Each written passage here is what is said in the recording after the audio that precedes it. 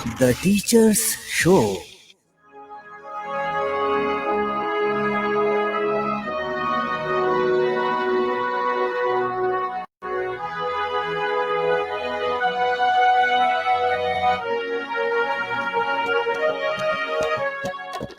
The Teacher's Show है ये सरकार, The Teacher's Show है ये सरकार।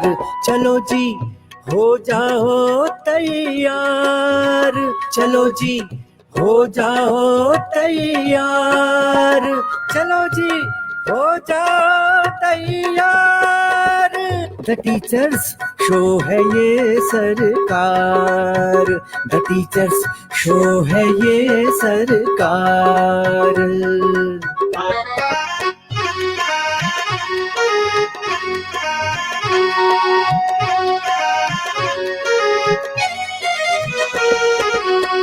यहाँ हर टीचर सरकारी है और ये सबसे असरकारी है, असरकारी है। हमारा शो सब पर भारी है, ये जब से शुरू हुआ जारी है, जारी है, जारी है। The Teacher's Show है ये सरकार। चलो जी हो जाओ तैयार, चलो जी हो जाओ तैयार।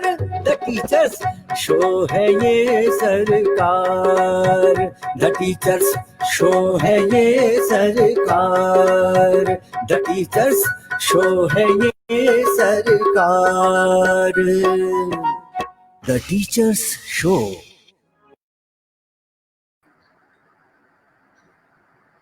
नमस्कार, द टीचर शो के एपिसोड 107 में एक बार फिर आपका स्वागत है। रोज की तरह हम ठीक 7 बजे आपके सामने हाजिर हैं। थोड़ा देर से हैं क्योंकि टेक्निकल प्रॉब्लम थी, इसके लिए माफी चाहते हैं। तो आज हमारे साथ एक नए मेहमान हैं, हिमाचल प्रदेश से हमारे मित्र हमारे साथ हैं श्रीकांत प्रसाद।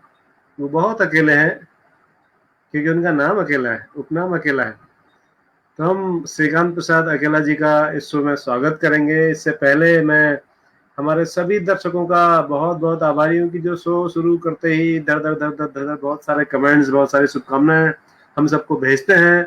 और ये सारे कमेंट्स, सारी शुभकामनाएं हमारा उत्साह बढ़ाती हैं, हमारा हीमोग्लोबिन भी बढ़ाती है साथ में। तो आप सबका बहुत बहुत आभार। इसी तरह कमेंट करते रहिए और सरकारी और असरकारी शिक्षकों के एकमात्र शो द टीचर शो को लाइक करते रहिए, शेयर करते रहिए, लोगों को बताते रहिए, शिक्षकों को जोड़ते रहिए और शिक्षा को आगे बढ़ाते रहिए। तो इस शो में हमारे साथ रोज की तरह जुड़े हुए हैं, दिल्ली से हमारे शो में विशेषज्ञ के रूप में प्रतिभाग कर रहे हैं और हमें अपनी बहुत ही अमूल्य सलाह दे रहे हैं श्री गिरीश चंद्र जोशी जी। हम उनका स्वागत करते हैं। जोशी सर, आपका स्वागत है सर, बहुत बहुत। और रोज की तरह फिर से एक बार हमारे आदर्श एंकर विशेषज्ञ हेमंत बिष्ट जी, तालों में सबसे सुंदर ताल नैनीताल से हमारे साथ जुड़े हैं। हेमंत सर का बहुत बहुत स्वागत है। स्वागत है सर आपका एक बार फिर से। और आपकी आवाज सुनते ही सर बड़ी मिठास आती है कानों में, तो बड़ा अच्छा लगता है। मैं बड़ी देर से इंतजार कर रहा था आपके, और हमारा दर्शक भी निश्चित रूप से इंतजार कर रहे होंगे। और अब आप उस शख्स को स्क्रीन पर लाने वाले हैं जो हमारे आज के मेहमान हैं, हमारे आज के हीरो हैं। वो हैं सिरमौर हिमाचल प्रदेश से श्रीकांत प्रसाद अकेला। श्रीकांत जी, स्वागत है आपका द टीचर शो में। नमस्कार सभी को। मैं प्रणाम करता हूँ आदरणीय जोशी जी को,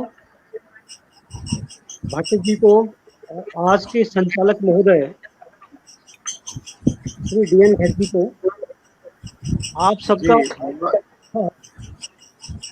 क्योंकि आपने मुझे एक मौका दिया इस महत्वपूर्ण शो में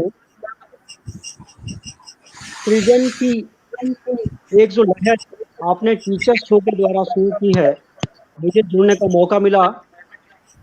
मैं सभी महानुभावों का दिल के अनंत गहराइयों से हार्दिक धन्यवाद करता हूं जो आपने मुझे ये पावन अवसर दिया।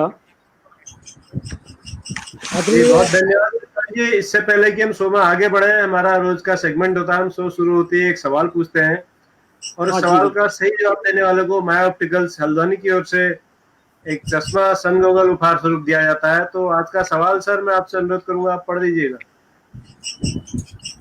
जी सर जी। सवाल वह है, हाँ, जोशी सर पढ़ रहे हैं सर सवाल, श्रीकांत सर जोशी सर पढ़ रहे हैं। हम एक अभिनेत्री की बात कर रहे हैं। वो कौन जी। सी अभिनेत्री हैं जिन्हें काफी सारे अंतर्राष्ट्रीय सम्मान मिले और जो एक शो के एंकर से भिड़ गई क्योंकि एक रेशियल कमेंट, एक बड़ा एक प्रकार से जाति सूचक कहना चाहिए, जी वो कमेंट के एंकर ने पास किया था उन पे, तो वो भिड़ गई उनसे और वो एक कैंपेन की एम्बेसडर भी, ब्रांड एम्बेसडर भी रही हैं और कई जी। सारे अंतर्राष्ट्रीय सम्मान को मिले हैं। तो हम किस अभिनेत्री की बात कर रहे हैं? जी, ये सवाल तो शायद मुझे भी इसका जवाब आता है सर, मुझे ऐसा लग रहा है, लेकिन मैं खुद ही जवाब दे दूंगा तो फिर मजा नहीं आएगा। नहीं, आप दे देंगे तो मैं दूसरा क्वेश्चन रखूंगा। नहीं सर, मेरा देना ठीक नहीं है। इसको अंग्रेजी में भी पढ़ दीजिए सर। हमारे बहुत सारे जो हिंदी भाषी क्षेत्र के लोग हैं उनको शिकायत रहती है कि आप हिंदी में पढ़ के सवाल हटा लेते हैं, अंग्रेजी में नहीं पढ़ते। ओके।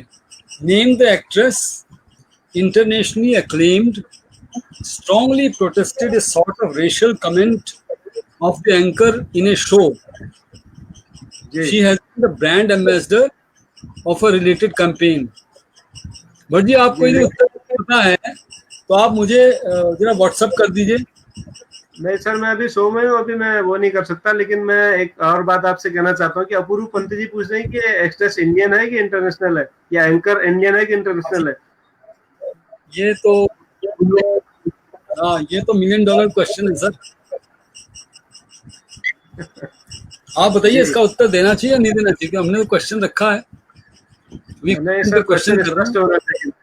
मेरे हिसाब से तो दिया भी जा सकता है, आपकी इच्छा है सर। बनाने वाले आप हैं, मालिक आप हैं, ब्रह्मा आप हैं, क्रिएटर तो आप हैं। हेमंता या श्रीकांत जी जैसा कहेंगे मैं कर दूंगा।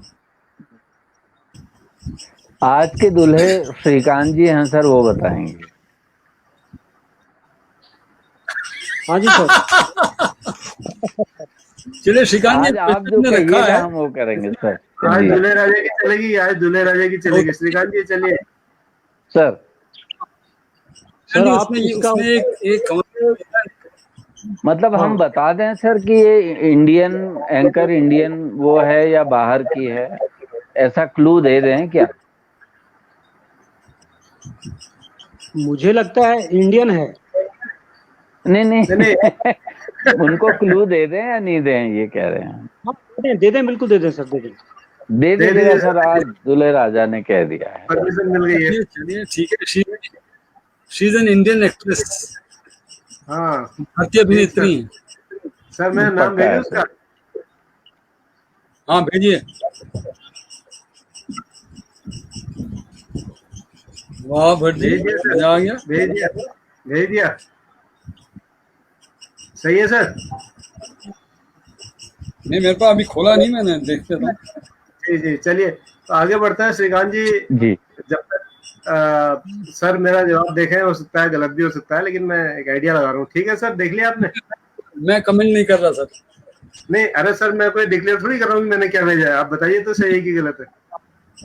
सौभाग्य से आपका उत्तर जो है वो बिल्कुल गलत। अच्छा चलिए, ठीक है सर। चलिए, कोई बात नहीं।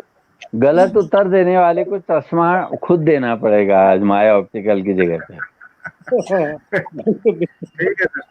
तो श्रीकांत सर, आगे बढ़ते हैं। आज का दिन आपका है, ये हमारा सवाल रहता है, ये प्रश्नोत्तर का शो रहता है पहला, तो ये तब तक हमारे दर्शक भी जुड़ जाते हैं, इसलिए भट्ट जी बड़ी खूबसूरती से हम लोगों को उलझा लेते हैं ताकि हमारे दर्शक जुड़ जाएं, तो इसलिए हमने टाइम लिया है सर। एक बात कहना चाहता हूँ कि जो भी श्रोता है उनका पहला आंसर एक्सेप्ट करेंगे। ये नहीं कि मैं आप देते जाएं दूसरे का आंसर देख के आप भी कहते हाँ जी ये एक जिन्होंने दे दिया पहला सही उत्तर। पहला सही जवाब। हाँ बस ठीक। नहीं नहीं सर, आप 10 उत्तर दिए लेकिन सही नहीं है तो उसका फायदा क्या है? देते रहिए, करते रहिए। ठीक है, चलिए श्रीकांत जी, आपसे मुखातिब होते हैं सर। आप बहुत युवा कवि हैं, बहुत अच्छी कलम चलाते हैं और गणित के शिक्षक हैं। कमाल की बात यह है, मतलब मैंने देखा है कि साहित्य को जो है विज्ञान और गणित वालों ने कब्जे में कर रखा है। हिंदी वाले पता नहीं कहाँ सोए रहते हैं, बहुत कम दिखते हैं। हेमंदा जी, हेमंदा खुद बायोलॉजी के लेक्चर रहे, बेहतरीन कवि हैं हेमंदा हमारे। तो आपका जन्म चमोली में हुआ, उत्तराखंड में। शिक्षा दीक्षा कहाँ हुई सर, पढ़ाई कहाँ हुई? मेरी 10वीं तक की शिक्षा नारायणगढ़ डिस्ट्रिक्ट चमोली में हुई और उसके बाद पिताजी के साथ में बरेली आ गया। अच्छा। और रोहेलखंड यूनिवर्सिटी से मैंने एमएससी की। बढ़िया। और पिताजी क्योंकि बैंक में जॉब करते थे तो एमएससी के बाद उनका ट्रांसफर सहारनपुर हो गया और मैं हिमाचल प्रदेश में नवोदय विद्यालय में आ गया। अच्छा, नवोदय में आया आप। लेकिन मुझे कुछ ऐसा लगा कि मेरी क्रिएटिविटी के लिए कुछ सरकारी नॉर्म्स होते हैं, लिखने की स्वतंत्रता नहीं होती है। पत्र पत्रिकाओं में आप प्रकाशन नहीं कर सकते अपनी रचनाओं को, आलेख को। तो 4.5 साल की सर्विस के बाद मैंने नवोदय विद्यालय छोड़ करके हिमाचल प्रदेश में अशासकीय विद्यालय में गणित प्रवक्ता के रूप में अपनी सेवाएं देनी प्रारंभ की और मैं फिर लिखने को स्वतंत्र हो गया। इसके बाद मुझे लगा कि मेरे पास मौका है तो मैंने कुरुक्षेत्र विश्वविद्यालय से पत्रकारिता में पोस्ट ग्रेजुएट किया और आप सभी गुरुजनों के आशीर्वाद से मैं गोल्ड मेडलिस्ट रहा। क्या बात है। ठीक है, फिर अभी भी दिल को कुछ चैन नहीं हुआ, मुझे कुछ और करना है।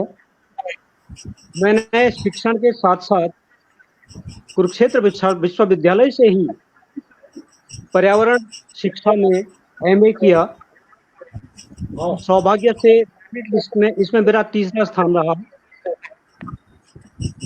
ये सब मेरे गुरुजनों का आशीर्वाद मेरे साथ है, आप जैसे गुरुजनों का आशीर्वाद है। और मैं आज जो कुछ भी कर पा रहा हूँ, चाहे पर्यावरण का क्षेत्र है, साहित्य का क्षेत्र है या सर्वांगीण शिक्षा का क्षेत्र है, मैं अपने गुरुजनों के आशीर्वाद से ही थोड़ा बहुत जो संभव हो सकता है मुझसे मैं कर रहा हूँ। और उन्हीं की कृपा से मेरी अभी पीएचडी भी जारी है मास कम्युनिकेशन में। ये मेरी शिक्षा का क्षेत्र रहा सर। ये बहुत ही कमाल का आपका जो परिचय है, बहुत अद्भुत है। और मैं तो आपसे बात करते हुए नर्वस हो रहा हूँ सर। आप इतने टॉपर हो और मैं पीछे से टॉपर रहा हमेशा अपनी डिग्रियों में। तो माफ करें सर। तो हेमंदा मुझे लगता है कि सही व्यक्ति हैं जो आपसे बातचीत आगे बढ़ाएंगे, क्योंकि वो कवि भी हैं और विज्ञान गणित ज्यादा बेहतर भी जानते हैं। बिल्कुल। इसके बाद क्या हुआ जी भट्ट जी, आज सुबह एक क्वेश्चन मेरे लिए पहले ही आ गया श्रीकांत सर के लिए कि वो पूछ रहे थे कि जो बायोडाटा है उसमें हिंदी और इंग्लिश और गढ़वाली और पहाड़ी, ये चारों भाषाएं आप बोल सकते हैं, इस तरह का कुछ टिप्पणी कर रहे थे। तो सर गढ़वाली और पहाड़ी आप हिमाचली को लिख रहे हैं या क्या है पहाड़ी जो आपका बायोडाटा आया था? हाँ, पहाड़ी मैं कुछ हिमाचली लेता हूँ, लिख भी लेता हूँ। अच्छा। और गढ़वाली तो मेरी मातृभूमि है, मातृभाषा है। गढ़वाली तो ठीक है, वो पहाड़ी का मतलब हिमाचली कोई भाषा होगी। तो हिमाचली में किस इलाके की भाषा बोलते हैं सर आप?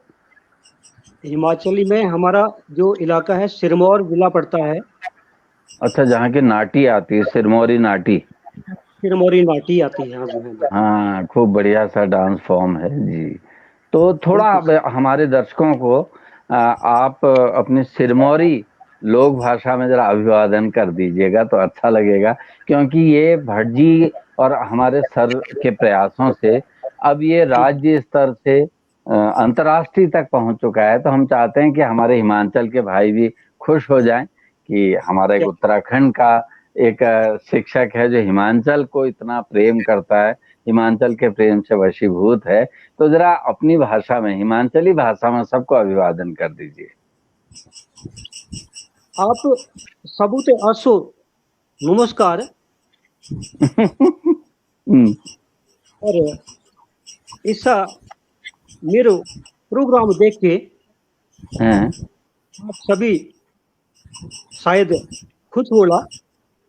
बहुत बढ़िया, अस्सी नमस्कार। बिल्कुल ठीक सर। देखिए, बिल्कुल कुमाऊनी, गढ़वाली, हिमाचली वही ठसक है, वही लचक है, बिल्कुल एक साल। शायद जोशी सर कुछ कहना चाह रहे हैं। मैं श्रीकांत जी से पूछना चाहता था। श्रीकांत जी, एक हिमाचली लोग अपनी भाषा में जब बात करते हैं तो एक गरई शब्द का यूज करते हैं। क्या हाल है गरई? गरई गरई गरई गरई गरई हाँ, क्या मतलब होता है? गरई गरई।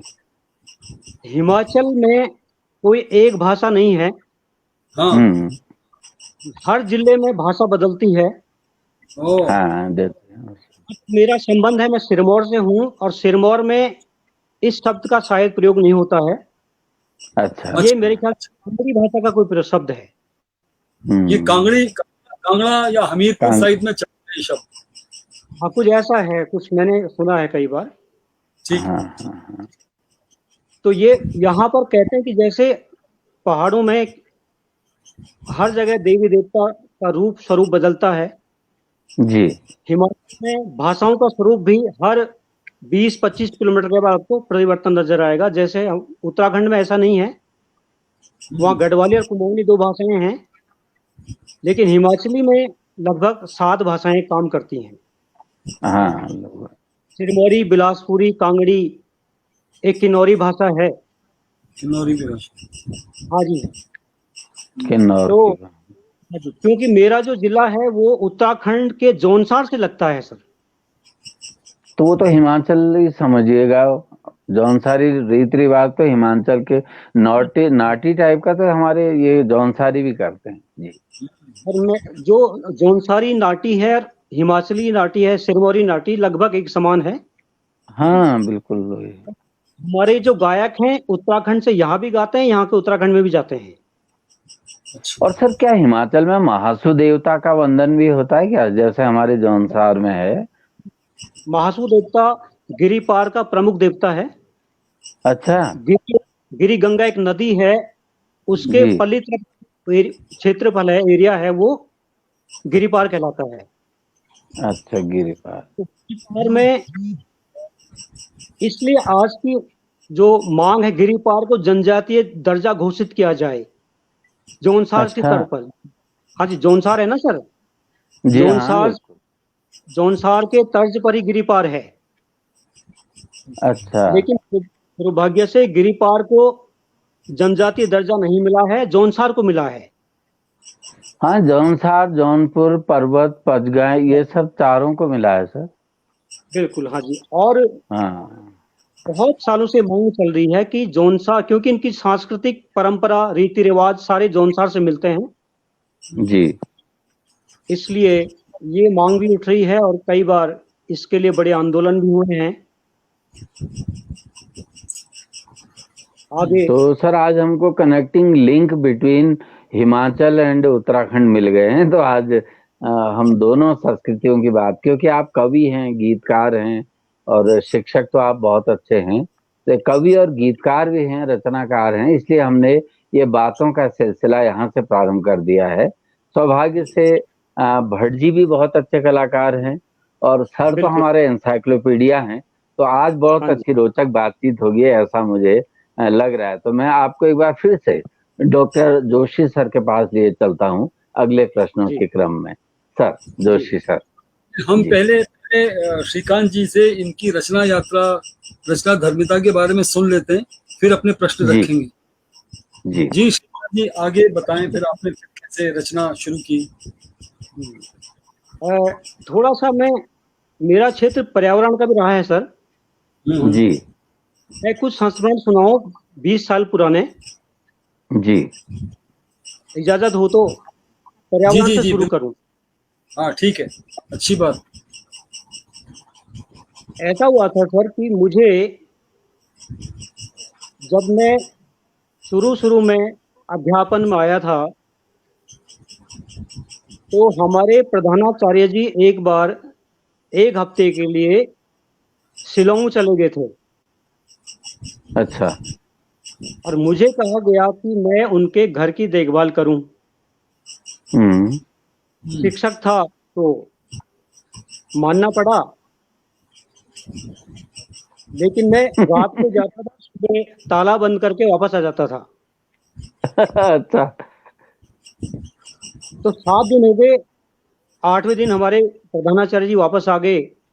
जी अगले दिन उन्होंने मुझे सुबह बुलाया, बोला बेटा खाली रहने का मतलब कुछ नहीं होता है, आपने पौधे देखे, पौधे सारे सूख।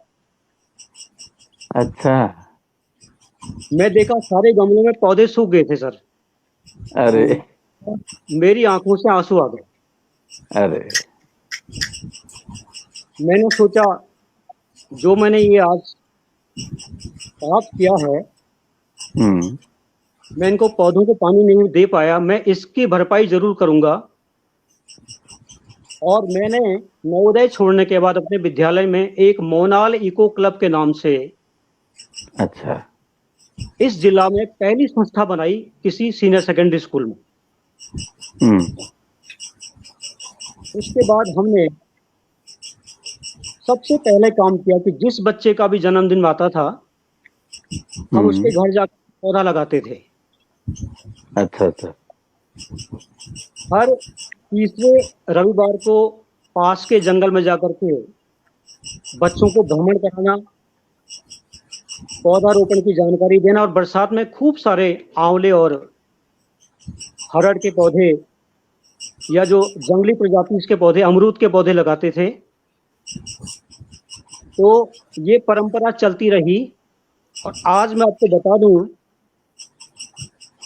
हम अपने लगाए हुए पौधों से आंवले तोड़कर खाते हैं।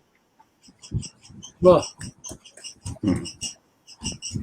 उसके बाद ये परंपरा का निर्वाह आज भी लगातार हो रहा है। और जो बच्चे 2002 में, 2001 में, 1999 में अपना जन्मदिन पौधे लगा करके कर रहे थे, आज वो अपने बच्चों के जन्मदिन पर पौधे लगा रहे हैं। बहुत अच्छा, बहुत अच्छा। अपनी शादी के मौके पर, सालगिरह, वो हमेशा पौधे लगाते हैं सर। और इस प्रकार से ये वृक्षारोपण का एक श्रृंखला हमने शुरू की थी, वो निरंतर चल रही है। और इसके साथ ही मैं एक संस्मरण और आपको बता देता हूँ। जी बोलिए। हमारे नाहन से, एक जिला मुख्यालय से 3 किलोमीटर दूर एक नौणी का बाग पड़ता है। नौणी का बाग, ये प्राचीन नाम है। नौणी मतलब यहाँ पर 9 बौड़ियां हुआ करती थी, पानी की बौड़ियां। अच्छा। वहां पर सिर्फ 3 बौड़ियां जीवित थी।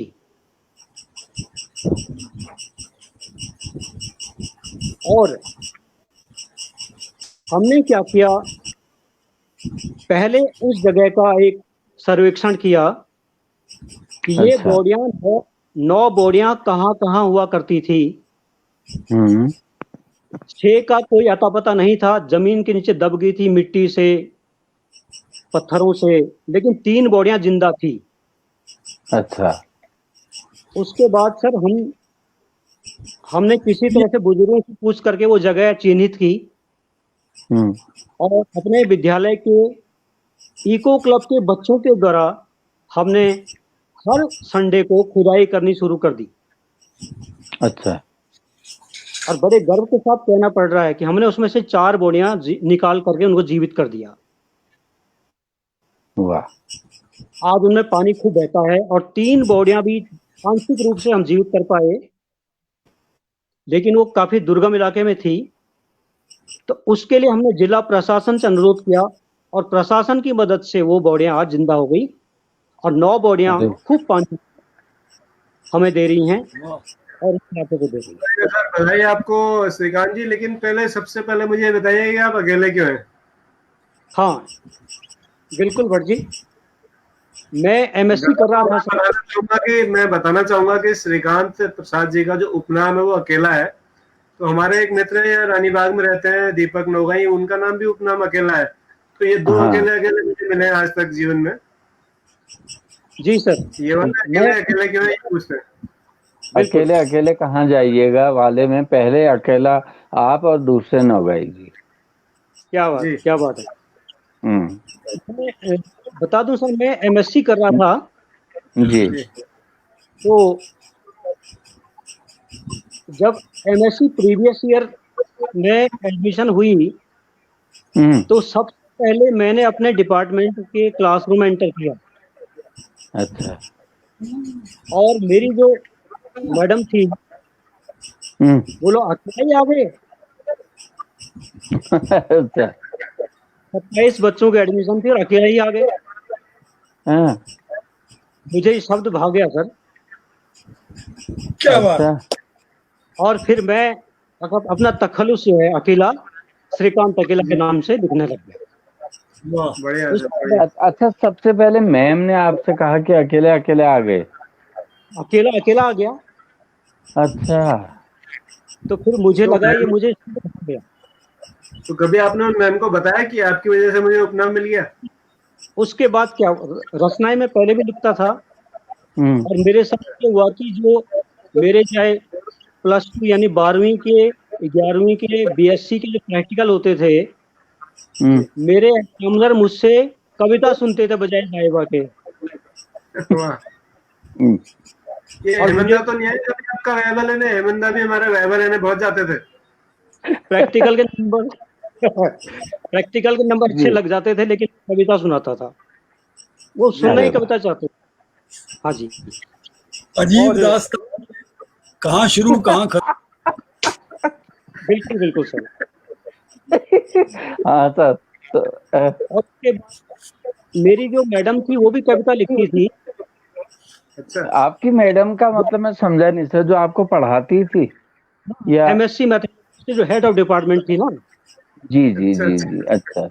वो ये वो कविता मेरी लिखती मैडम से हेमंदा हो गए कि आप अपनी पत्नी की बात तो नहीं कर रहे कहीं? हाँ, कभी नहीं। कंफ्यूजन हो जाता है जी। क्या, तो अकेला तो वो तखल्लुस मुझे मैम की वजह से, गुरु ने दिया जी। हाँ जी गुरु ने आपने दिया। उनको और आपने बिल्कुल, मैम को बिल्कुल। बताया कि अच्छा अच्छा। उसके बाद दूसरा सर, लिखने श्रीकांत बढ़िया, अकेला के बढ़िया। नाम से। जी। तो मैडम ने बहुत पूछा अकेला हटा दीजिए, मैं तो मजाक कर रही थी, मैंने कहा नहीं अब ये चलता रहेगा उम्र भर। ना ना, वो तो गुरु का दिया नाम है सर, अब नहीं हटाइएगा। हाँ जी। तो फिर आज अकेला जी आज आप अकेले मुझे लग रहा कि ये तीन लोग कविता साथ में- हमको भी सुननी पड़ेगी सर। बिल्कुल बिल्कुल। मुझे लग रहा है कि भट्ट जी और सर भी कविता सुनने के मूड में लग रहे हैं। जब प्रैक्टिकल में कविता चलेगी तो इंटरव्यू में तो होना ही चाहिए सर। बिल्कुल सर, आपका आशीर्वाद है, जरूर आपको कविता सुनाएंगे। जी सर। सर, और लेकिन हेमंता मुझे एक बात आज समझ में आ गई कि हिंदुस्तान में जो है साइंस के जो शिक्षक हैं या जो शिक्षार्थी हैं वो आगे क्यों नहीं जाते हैं। जब प्रैक्टिकल में कविता सुनी जाएगी तो ऐसे होगा। क्या बात, 2 तो यहीं पर मिल गया आपको। क्या बात, क्या बात। भैया चलिए श्रीकांत जी, वो आपकी प्रैक्टिकल सबसे वाली सीधा कविता आंसर है सुनते वो। हैं। अजीब दास्तान है। वाह सर, तो कविता सुन लेते हैं सर आप। जी जी जी। सर सर स्टूडेंट लाइफ में, कॉलेज में खास तौर से बड़ा शौक था कविताओं का। हाँ, उन दिनों रहता है। और मेरी जो मैं कॉलेज में था तो मेरी जो पहली कविता, लिखी तो बहुत है लेकिन मुझे जो पसंद थी वो आपको सुना रहा हूँ। जी जी ये कविता है, एक हम कह सकते हैं गजल नुमा कविता है। अच्छा, गजल नुमा कविता। हाँ, तो ये है कि आपका आशीर्वाद चाहेंगे।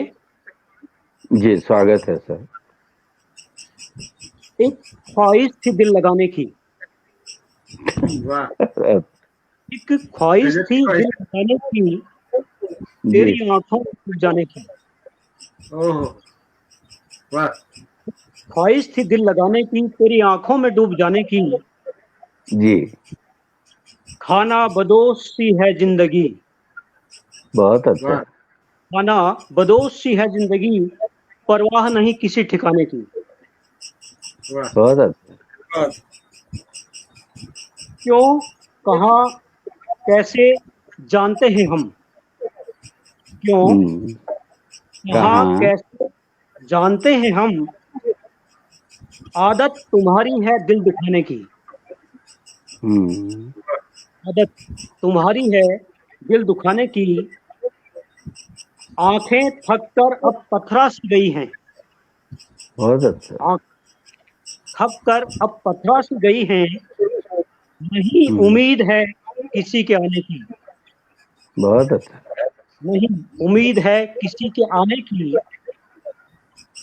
नहीं थी फिक्र मेरी चाहत की, नहीं थी फिक्र मेरी चाहत की। क्या जरूरत थी दिल लगाने की, क्या ओ थी दिल जरूरत लगाने थी की। दिल लगा। ख्वाबों में, ख्यालों में सिर्फ तुम ही थी, ख्वाबों में, ख्यालों में ख्यालों में। सिर्फ तुम।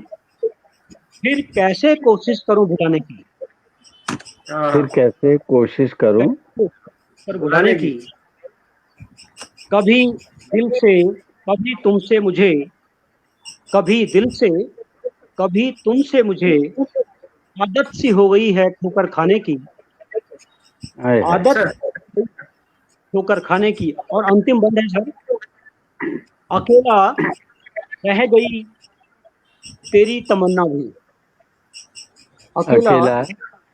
रह गई तेरी तमन्ना भी। अच्छा, उनकी जुल्फों को सजाने की, उनकी जुल्फों को वाह, सर वो बढ़िया सर। डूब जाने की वाली लाइन क्या थी? डूब जाने की। छूट जाने की। हाँ, हाँ, वो क्या लाइन थी सर? एक ख्वाहिश थी दिल लगाने की, हम्म, एक ख्वाहिश थी दिल लगाने की, तेरी आंखों में डूब जाने की। तो अगर भट्ट जी उन दिनों आपके साथ होते तो कहते 9 9 बावड़ियां साथ की हैं तो उन्हीं में डूब जाओ। क्या बात है, बिल्कुल।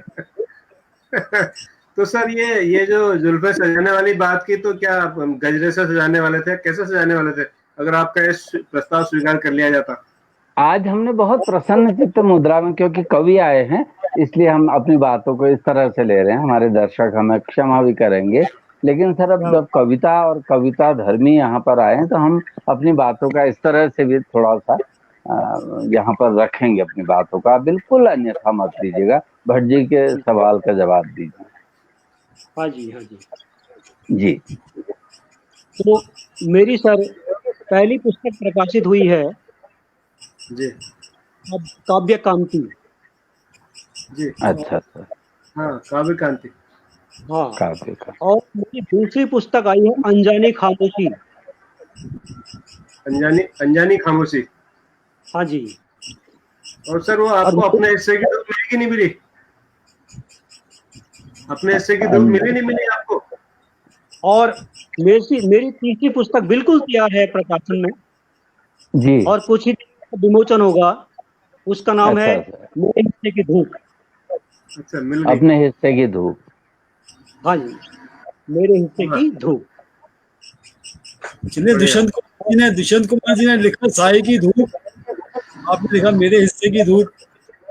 हाँ, दुष्यंत कुमार जी की क्या है सर? क्या है वो? साए में धूप। साये में हाय। धूप। और ये और अपना आसमान, अपना आसमान भी आपका एक संग्रह था सर, उसके बारे में थोड़ा बताइए। अपना आसमान मैंने बिल्कुल तैयार रखा हुआ है और इसके बाद वो प्रकाशित हो जाएगा। ये जो लॉकडाउन की वजह से ये जी। सारा कुछ पेंडिंग पड़ गया सर, लेकिन वाह। कोशिश हो शायद निकल जाए। हमारा एक दर्शक है सर, हेमचंद पाठक जी, स्क्रीन पर उनका कमेंट है, वो कह रहे हैं कि खतरनाक दर्द भरी भावपूर्ण कविता है, बहुत सुंदर। क्या अकेला सर बहुत सुंदर कह रहे हैं। उसके अलावा नवीन यादव जी हैं, हेमा रावत जी हैं, आनंद नेमा जी हैं मध्य प्रदेश से, मंजू आद्या उत्तराखंड से, जागेश्वर प्रसाद जोशी जी हैं, दिनेश चंद पाठक जी हैं, समीर जाना जी हैं कलकत्ता से, अपूर्व पंत जी हैं अल्मोड़ा से, हेमा रावत जी हैं, रजनीकांत शुक्ला जी हैं दिल्ली से, एमएल गौर साहब हैं, राम सिंह नैनवाल जी, राकेश जुबरान साहब हैं, डायरेक्ट प्राचार्य देहरादून के, अरविंद नेगी जी हैं, और बहुत सारे दर्शक हैं सर जो लगातार, उमेश उप्रेती जी हैं जो लगातार कमेंट कर रहे हैं, चंद्रेश पांडे जी हमारे पत्रकार हैं अमर उजाला के बहुत वरिष्ठ, राजेंद्र प्रसाद उपाध्याय जी हैं, मुरलीधर भट्ट जी हैं, मनीषा टिकादार जी हैं, प्रदीप जोशी जी हैं, जगवीर नेगी जी हैं, अरविंद नेगी जी हैं, ये सारे लोग लगातार शो को देख रहे हैं। फरीदा शोक कश्मीर से जुड़ चुकी है हमारे साथ, तो वो भी आपका स्वागत कर रही है। सब बड़े उत्साहित है सर, हम बड़े मतलब आप कल्पना नहीं कर सकते, मैं आपकी कविता गजलों को सुनने के लिए कितने आतुर हैं। तो आप तो मल्टी टैलेंटेड है सर, आपका जो मैं पढ़ रहा था अभिरुचि के क्षेत्र, उसमें गायन, शिक्षण, संगीत, काव्य गीत, गजल, मुक्तक, समसामयिक गद्य, तमाम तरह की चीजें हैं सर। अब सबसे पहले क्या सुनेंगे हम आपसे? मैं पहले तो सभी लाइव जो दर्शक हैं उनको नमस्कार करता हूं। जी, दीपक पनेरू जी भी नमस्कार कर रहे हैं और हेमलता जोशी जी भी आपको नमस्कार कर रही हैं। तो एक मेरा काव्य संग्रह बिल्कुल तैयार है, मेरे हिस्से की धूप। मेरे उसके हिस्से की धूप प्रमुख कविता आपके सामने रख रहा हूँ। स्वागत है सर, थोड़ा आपको बाधित कर रहा हूँ सर, क्षमा करेंगे। मेरे हिस्से की धूप मतलब इस कविता का नाम क्यों आपने ऐसे रखा? मेरे हिस्से क्या मन में चल रहा था जब लिखी? जी, बढ़िया सवाल सर। बहुत बढ़िया सवाल। जीवन में कभी ऐसे मौके भी आए सर जी कि जो जिसके लिए मैं डिजर्व करता था, हाँ, जिसके मैंने मेहनत की थी, वो मुझे मिली। अच्छा, मेरे हिस्से की यानी जैसे 2 दिन बाद ही मुझे बहुत अच्छी जगह पहुंचना था, अच्छा सर, लेकिन 2 दिन पहले ही किसी ने टिकड़ाबाजी से वो जगह छीन ली। अच्छा, पूरी सारी मेहनत धरी के धरी रह गई। तो कुछ भाव मेरे मन में आए, तो फिर मैंने इस कविता को जन्म दिया है। कविता इस प्रकार से है। कभी कभी लगता है जैसे खोस ही गई है मेरे हिस्से की धूप। कभी कभी लगता है जैसे कहीं खोस ही गई है मेरे हिस्से की धूप, या चुरा लिया है बड़ी अदाकारी से किसी जादूगर ने, या चुरा लिया है बड़ी अदाकारी से किसी जादूगर ने। वंचित सा लगता हूँ इस कंपकपाती जमा देने वाली ठंड में। वंचित सा लगता हूँ इस कंपकपाती जमा देने वाली ठंड में, सूर्य की सुरमई उष्मा से, सुरमई उष्मा से सूर्य की नर्म गर्म रश्मियां परावर्तित हो जाती हैं अक्सर। सूर्य की नर्म गर्म रश्मियां परावर्तित हो जाती हैं अक्सर किसी अदृश्य दीवार से। सिर्फ एहसास दिला जाती है मुझे अपने होने का, सिर्फ एहसास दिला जाती है मुझे अपने होने का। पर उदास नहीं हूं मैं, पर उदास नहीं हूं मैं। बना लेता हूं एक सुरक्षा कवच अपने उपेक्षित वातावरण में। उदास नहीं हूं मैं, बना लेता हूं एक सुरक्षा कवच अपने उदासीन वातावरण में। जी, जूझने का संघर्ष और डटे रहने का, जूझने का, संघर्ष और डटे रहने का, इस उम्मीद से मुस्कुराता हूं कि आने वाला कल होगा बेहतर। इस उम्मीद से मुस्कुराता हूं आने वाला कल होगा बेहतर। ये सूर्य रश्मियां जरूर पिघलाएंगी, ये सूर्य रश्मियां जरूर पिघलाएंगी मेरे शिखरों पर जमाई गई बर्फ। उदय होगा भानु, उदय होगा भानु, नई आशाओं, नई सुबह के साथ, और मुझे मिल सकेगी मेरे हिस्से की धूप। बहुत अच्छा, आसान होता, पॉजिटिव कविता। मुझे मिल सकेगी मेरे हिस्से की धूप। धन्यवाद सर। बहुत बढ़िया सर, बहुत बढ़िया। हमारे दर्शक है हेमचंद पाठक जी कह रहे हैं सर कि आपका स्वागत है, और वो कह रहे हैं कि ये शो आज 10 बजे तक चलना चाहिए। इतनी आपकी कविताएं उन्हें पसंद आ रही है। पाठक जी आपका बहुत बहुत धन्यवाद। आपने हमारा और हमारे आपके जो अतिथि हैं श्रीकांत अकेला जी का उत्साहवर्धन किया है। एक सवाल आया है सर कि 2 सवाल आए हैं एक्चुअली हमारे दर्शकों के, मैं आपसे पूछना चाहूंगा। एक तो गिरीश चंद्र जी हमारे एक दर्शक हैं, बहुत नियमित दर्शक हैं, रोज देखते हैं कार्यक्रम, बड़ी गंभीरता से देखते हैं। वो पूछते हैं कि आज की परिस्थितियों में साहित्य की क्या भूमिका हो सकती है सर, खासकर ये कोरोना काल के शायद वो जिक्र कर रहे हैं। हाँ, ये काफी दुखद समय है जी, जबकि सारे अपने अपने घरों में कैद हैं, अब जाकर के लॉकडाउन खुला हुआ है जी। तो ये पैनिक जो टाइम है, इस स्थिति को हम बदल सकते हैं साहित्य के द्वारा, कविताओं के द्वारा, लेखन के द्वारा। जी, एक नई आशाओं का संचार हम कर सकते हैं जो समाज में बहुत दुखी लोग हैं, कोरोना पॉजिटिव हैं, बड़ी मुश्किल से निकाल रहे हैं, उनके दिलों में, उनके जज्बातों में हम अपनी सकारात्मक कविताओं के रंग भर सकते हैं। अच्छा, आशान्वित बना सकते हैं। और साहित्य को बड़ा बड़ा हमेशा से ही अच्छा रोल रहा है, सकारात्मक रोल रहा है। तो आइए इस दुखद समय को भी हम अपने सृजन से, सकारात्मक गतिविधियों से, लेखन से। जी, दूसरा सवाल, हाँ जी, दूसरा एक और सवाल आनंद नेमा जी है, मध्य प्रदेश के हमारे दर्शक हैं, ये भी बहुत नियमित दर्शक हैं। नेमा सर पूछ रहे हैं कि साहित्यिक लेखन में आपकी वैचारिकी किस धारा की वैचारिकी है? अब ये सवाल पता नहीं क्या है। बिल्कुल ठीक है। मेरी विचारधारा हमेशा मेरे राष्ट्र को, मेरी मातृभूमि को, मेरे देश को समर्पित है। जी, मैं अपने जीवन कर्मों प्राथमिकता अपनी भारत भूमि को देता हूं। मेरा जो भाव है, मेरा जो लेखन है, मेरे जो समसामयिक लेख हैं, मैं कोशिश करता हूं कि भारत में, इस राष्ट्र में राष्ट्र प्रेम, राष्ट्र चरित्र, राष्ट्र संस्कृति और राष्ट्रभाव का उद्भव हो। तो मेरा जो एक और सवाल आया है जो शायद आप उसका जवाब दे चुके हैं। नवीन यादव जी पूछ रहे हैं कि जो आपका ये काव्य संग्रह है मेरे हिस्से की धूप, इसको लिखने की प्रेरणा कहाँ से मिली? हाँ, बहुत अच्छा सवाल है। मैंने बताया था, जीवन संघर्ष में कुछ ऐसे दौर भी आते हैं कि हमें अपनी मेहनत का, अपने कर्मों का वांछित परिणाम नहीं मिल पाता है, और कहीं ना कहीं उदासियां हमारे दिलो दिमाग में छा जाती हैं। जी, तो वही भाव लिखने का रहा, और मेरे हिस्से की धूप कविता ने जन्म लिया। बहुत बढ़िया सर।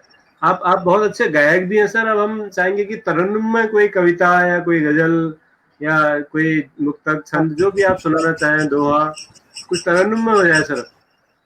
बिल्कुल बिल्कुल। आपका लिखो।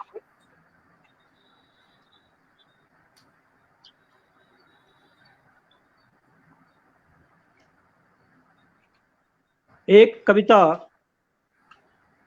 मेरी, इसका जो शीर्षक है जी, हकीकत है मौन। हकीकत है अच्छा। मौन।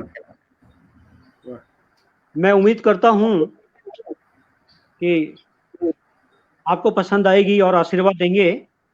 स्वागत है, स्वागत। क्यों हकीकत है मौन, कह नहीं पा रहा हूँ।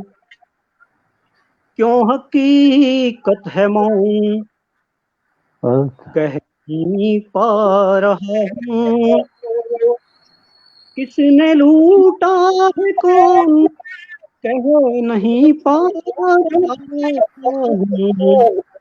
हकीकत है मौन। यहाँ सबने लगाए सच के मुखौटे, यहाँ सबने लगाए हैं सच के मुखौटे। पर झूठा है कौन, कह नहीं पा रहा हूँ। पर झूठा है कौन, कह नहीं पा रहा हूँ। किसने लूटा है कौन, सबको मनाने में ताउम्र बीती। वाह, सबको मनाने में ताउम्र बीती। पर रूठा है कौन, पर रूठा है कौन, कह नहीं पा रहा क्या बात है, हूँ। क्या बात है। पर उठा है कौन, हकीकत कह नहीं पा रहा हूँ। हेमंत, देखिए कहानी की खूबसूरती देखिए कि मनाने में सारी उम्र बीत गई, लेकिन रूठा कौन है अभी नहीं कह पा हाँ। रहे। जी, धन्यवाद। क्या बात है। घड़ी हर यही तो है जिंदगी के समय। हाँ। हर घड़ी हर पहर ढूंढता हाँ। ही रहा। आय हाय। वाह। वाह, घड़ी हर पहर ढूंढता ही रहा। हम्म। अनूठा है कौन, अनूठा है कौन, कह नहीं पा रहा हूँ। अनूठा है कौन। और हमने घर घर में बांटे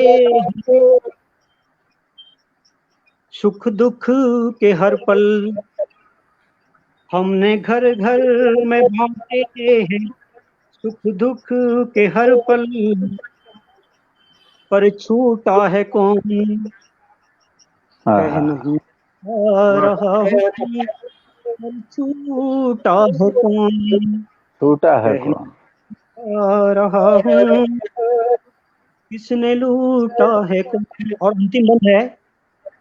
जी, गमे जिंदगी ने सबको रुलाया। वाह। गमे जिंदगी ने गमे सबको, गमे जिंदगी ने सबको रुलाया, क्या बात है। बहुत अच्छा सर। गमे जिंदगी ने है सबको रुलाया। रुलाया। पर टूटा है कौन, हम्म। कह नहीं पा नहीं, रहा बहुत अच्छा, तरन्नुम बहुत अच्छी बनी है। हूँ। कह नहीं पा रहा बहुत हूँ। क्यों हकीकत है मौन। धन्यवाद। अच्छा है। वाह। बहुत। इतना इतना दर्द कहाँ से लाए सर आप, इतना दर्द कहाँ से लाए। ये दर्द तो कुछ वक्त ने दिया है जी, और कुछ हालातों ने दिया है। बड़े संघर्ष के बाद हम यहाँ पहुंचे हैं। जी जी। जी, कभी रोटी बड़ी मुश्किल से मिलती थी अरे। और ट्यूशन पढ़ा करके अपना मैट्रिक पूरी की थी। जी। पारिवारिक हालत भी आर्थिक दृष्टि से कमजोर थे। हम्म, हाँ, सभी लोग, हम लोग पहाड़ में यही हाल है जी। तो जी, काफी संघर्ष के बाद और यहाँ तक कि मुझे वक्त वक्त पर किसी होटल में काम भी करना पड़ा, अरे जी और उसके बाद आपकी दुआ से, संघर्ष से हम यहाँ पहुंचे हैं। तो नहीं ये सर, कुछ हमारे सब। हमारे उत्तराखंड के बहुत बड़े साहित्यकार हैं शैलेश मटियानी जी, उनकी हाँ भी जी। कहानी बहुत संघर्षों की रही। उन्होंने तो मीट भी काटा, वो जो गोचर होता है उसका काम किया, हाँ होटलों में उनका काम किया, और हाँ वो जी। उनकी कहानियों में वो दर्द, वो संघर्ष दिखता है सर। ठीक उसी तरह आपकी कविताओं में, आपकी गजलों में वो दर्द, वो संघर्ष हमें दिख रहा है। और आपके बैकग्राउंड में मैं देख रहा हूँ सर, अलमारी है बहुत खूबसूरत सी, उसमें तमाम किताबें सजी हुई हैं। तो आप पढ़ने का शौक रखते हैं, जाहिर सी बात है, इसीलिए किताबें रखी हैं। तो बिल्कुल बिल्कुल सर। आपका पसंदीदा लेखक कौन है सर?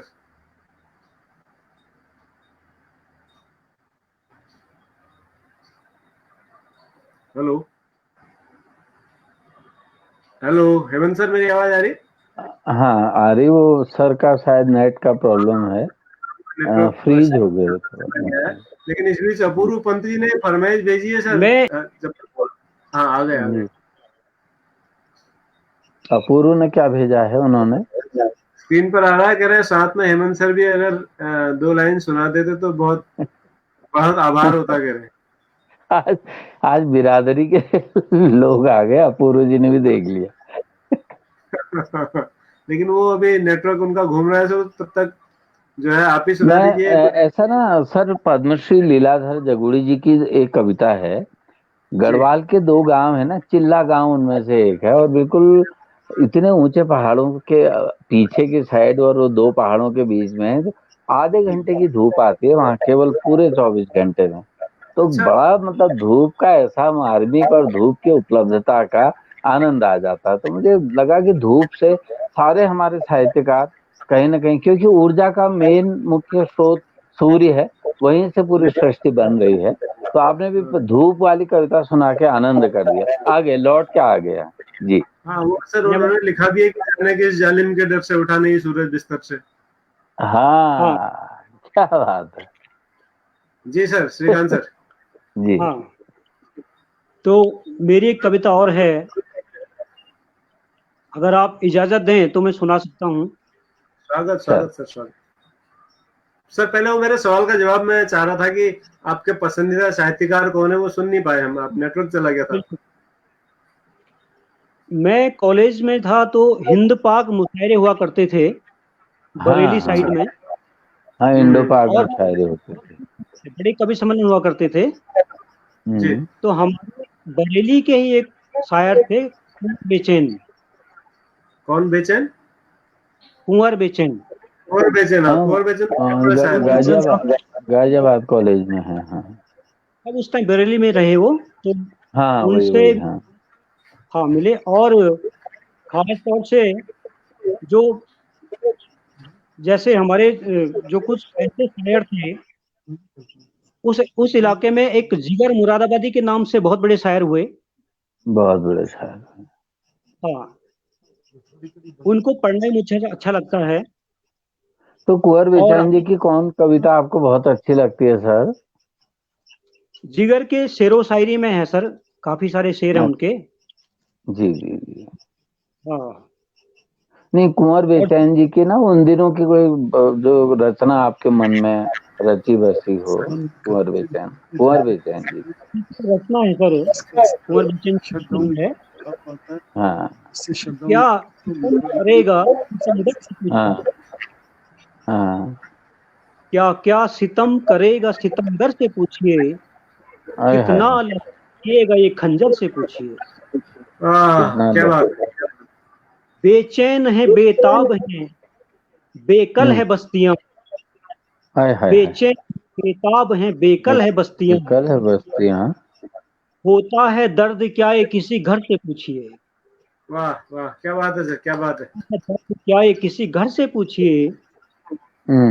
एहसास दर्द का उसे होता है या नहीं, अच्छा एहसास दर्द का उसे होता है या नहीं, मंदिर में अच्छा, जो रखा है पत्थर से पूछिए, बहुत अच्छा बहुत अच्छा। मंदिर में जो रखा है पत्थर से पूछिए, सबसे पूछिए नापाक क्या?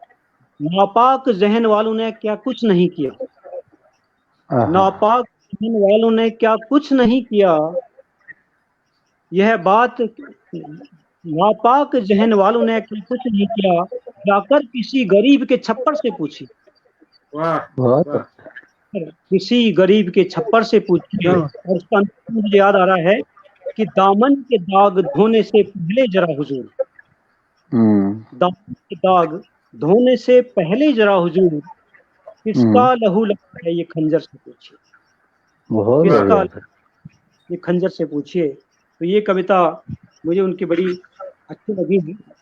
किन ये की तो सर? वाकई पहचान करने वाली कविता है सर। जी, हाँ, अभी तो मैंने बिटिया दिवस पे भी जयेश है। प्रजापति जी हैं गुजरात से, जयेश प्रजापति जी हैं सर, वो इरशाद इरशाद भेज रहे हैं आपको।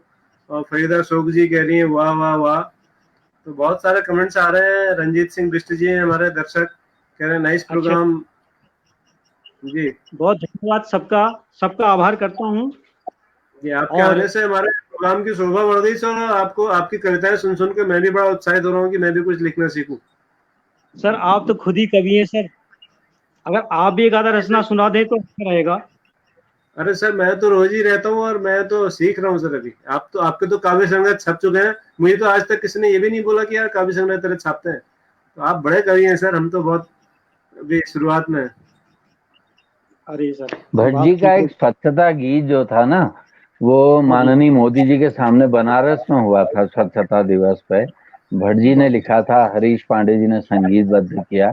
तो अच्छा अपने जी। अपने बहुत गुणी लोग यहाँ पे हैं। नहीं तो सर, कभी मेरा हम भी जोशी वो एक जी सर वो एक अलग इश्यू है। लेकिन मैं सच कह रहा हूँ कि इतने सारे काव्य संग्रह जो छपना कोई आसान बात नहीं है हेमंत सर। ये बड़े लोगों की निशानी है, बड़े साहित्यकारों की निशानी। नहीं, ऐसा आप भी जब भी अभी कोरोना में भी आपने क्या लिखा सर वो गीत अभी भट्ट जी, हम तो नियमित पाठक हैं आपके। तो आज ये कविता की महफिल है, बल्कि कुंवर बेचैन जी की सर एक कविता और भी है। अभी बिटिया दिवस हमने मनाया ही है। वो बेटियां शीतल हवाएं हैं, पिता के घर बहुत थोड़े दिन रहती हैं। वास्तव में आज कुंवर बेचैन जी को आपने याद किया है, और वो भी हो सकता है प्रोग्राम देख रहे हो भट्ट जी। जी क्या हाँ बात है। बिल्कुल। और देख रहे हेमंत सर पार्टी कह रहे हैं, माहौल ऐसा बन चुका है कि प्रोग्राम के अंत में हेमंदा को 2 पंक्तियां न्योली की सुनानी होंगी आज। समझ जी एक सर हाँ, बेटियों जी, आपकी बेटियां कविता सर। शीतल हवाएं हैं, पिता के घर जो थोड़ा दिन रहती है, ऐसा कुछ। आप अपनी रचनाएं सुनाइए सर। जी हाँ आप अपनी एक सुनाइएगा सर। हाँ जी, अभी बेटियों की बात हुई तो मेरी जी कविता बेटियों की है। जी सजती है, संवरती है, महकती है बेटियां, हाय हाय वाह हाय, वाह। सजती है, सस्ती है, संवरती है, महकती है बेटियां, जीवन हाँ का ये श्रृंगार समझती है बेटियां, वाह। बहुत बढ़िया। जीवन का श्रृंगार समझती है बेटियां। थोड़ा आवाज कट के आ रही सर, साफ एक बार फिर से दोहराइएगा सर, ये लाइन हम सुन नहीं पाए। सस्ती हैं, सजती संवरती हैं, है, महकती हैं बेटियां। जीवन का ये श्रृंगार समझती है अच्छा बेटियां, वाह फूलों से है ये जिंदगी, जीवन का सार है। वाह अच्छा, अपनों से है ये जिंदगी, जीवन का सार है, जैविकी आधार समझती है बेटियां, वाह, बहुत बढ़िया जैविकी आधार समझती है बहुत बेटियां। बढ़िया। बैसाखियों को अलविदा कहने लगी हैं, अच्छा, बैसाखियों को अलविदा कहने लगी अलविदा हैं, कहने। अब खुद पे एतबार समझती है बेटियां, और वाह अब अच्छा, एतबार समझती है बेटियां। जी क्या बात है। ऊंची उड़ान भर के मंजिल को पाना है, जी ऊंची उड़ान भर के मंजिल को पाना है, अब खुद को जिम्मेदार समझती है बेटियां, वाह और वाह अब खुद को जिम्मेदार समझती है बेटियां। वाह रीति रिवाजों में कोई जहर ना घुले, अच्छा रीति रिवाजों में कोई जहर न घुले, जी, अब खुद को पहरेदार समझती है बेटियां, अब खुद को बहुत अच्छा। पहरेदार समझती है बेटियां। पहरेदार, बिल्कुल हमारे संरक्षण, संस्कृति का संरक्षण तो वही करती हैं, बिल्कुल। बहुत अच्छा बहुत अच्छा। रिश्तों में समर्पण हो ये जानती है अब, रिश्तों में समर्पण हो ये जानती है अब, अब खुद को होशियार समझती है बेटियां, वाह अब होशियार समझती है बेटियां। मैं आपको बता दूं, ये मैंने अब थोड़ी देर पहले गिरी पार की बात की थी। हाँ तो गिरी पार में एक ऐसी परंपरा है कि किसी शादी में, किसी छोटे मोटे समारोह में बेचारे बकरों की जान बहुत जाती थी। हाँ पहले जाती थी। अभी भी कुछ ऐसे गांव थे जहां ये शराब और बकरे, उनका एक नियमित कार्यक्रम था। जी तो वहां कुछ बेटियों ने अलग जगह करके इस परंपरा का विरोध किया हम्म। और आज वो गांव इस परंपरा से हट चुके हैं और सामान्य धारा में आ गए हैं। आ गया। हाँ। तो ये कविता उस वक्त जन्म ली और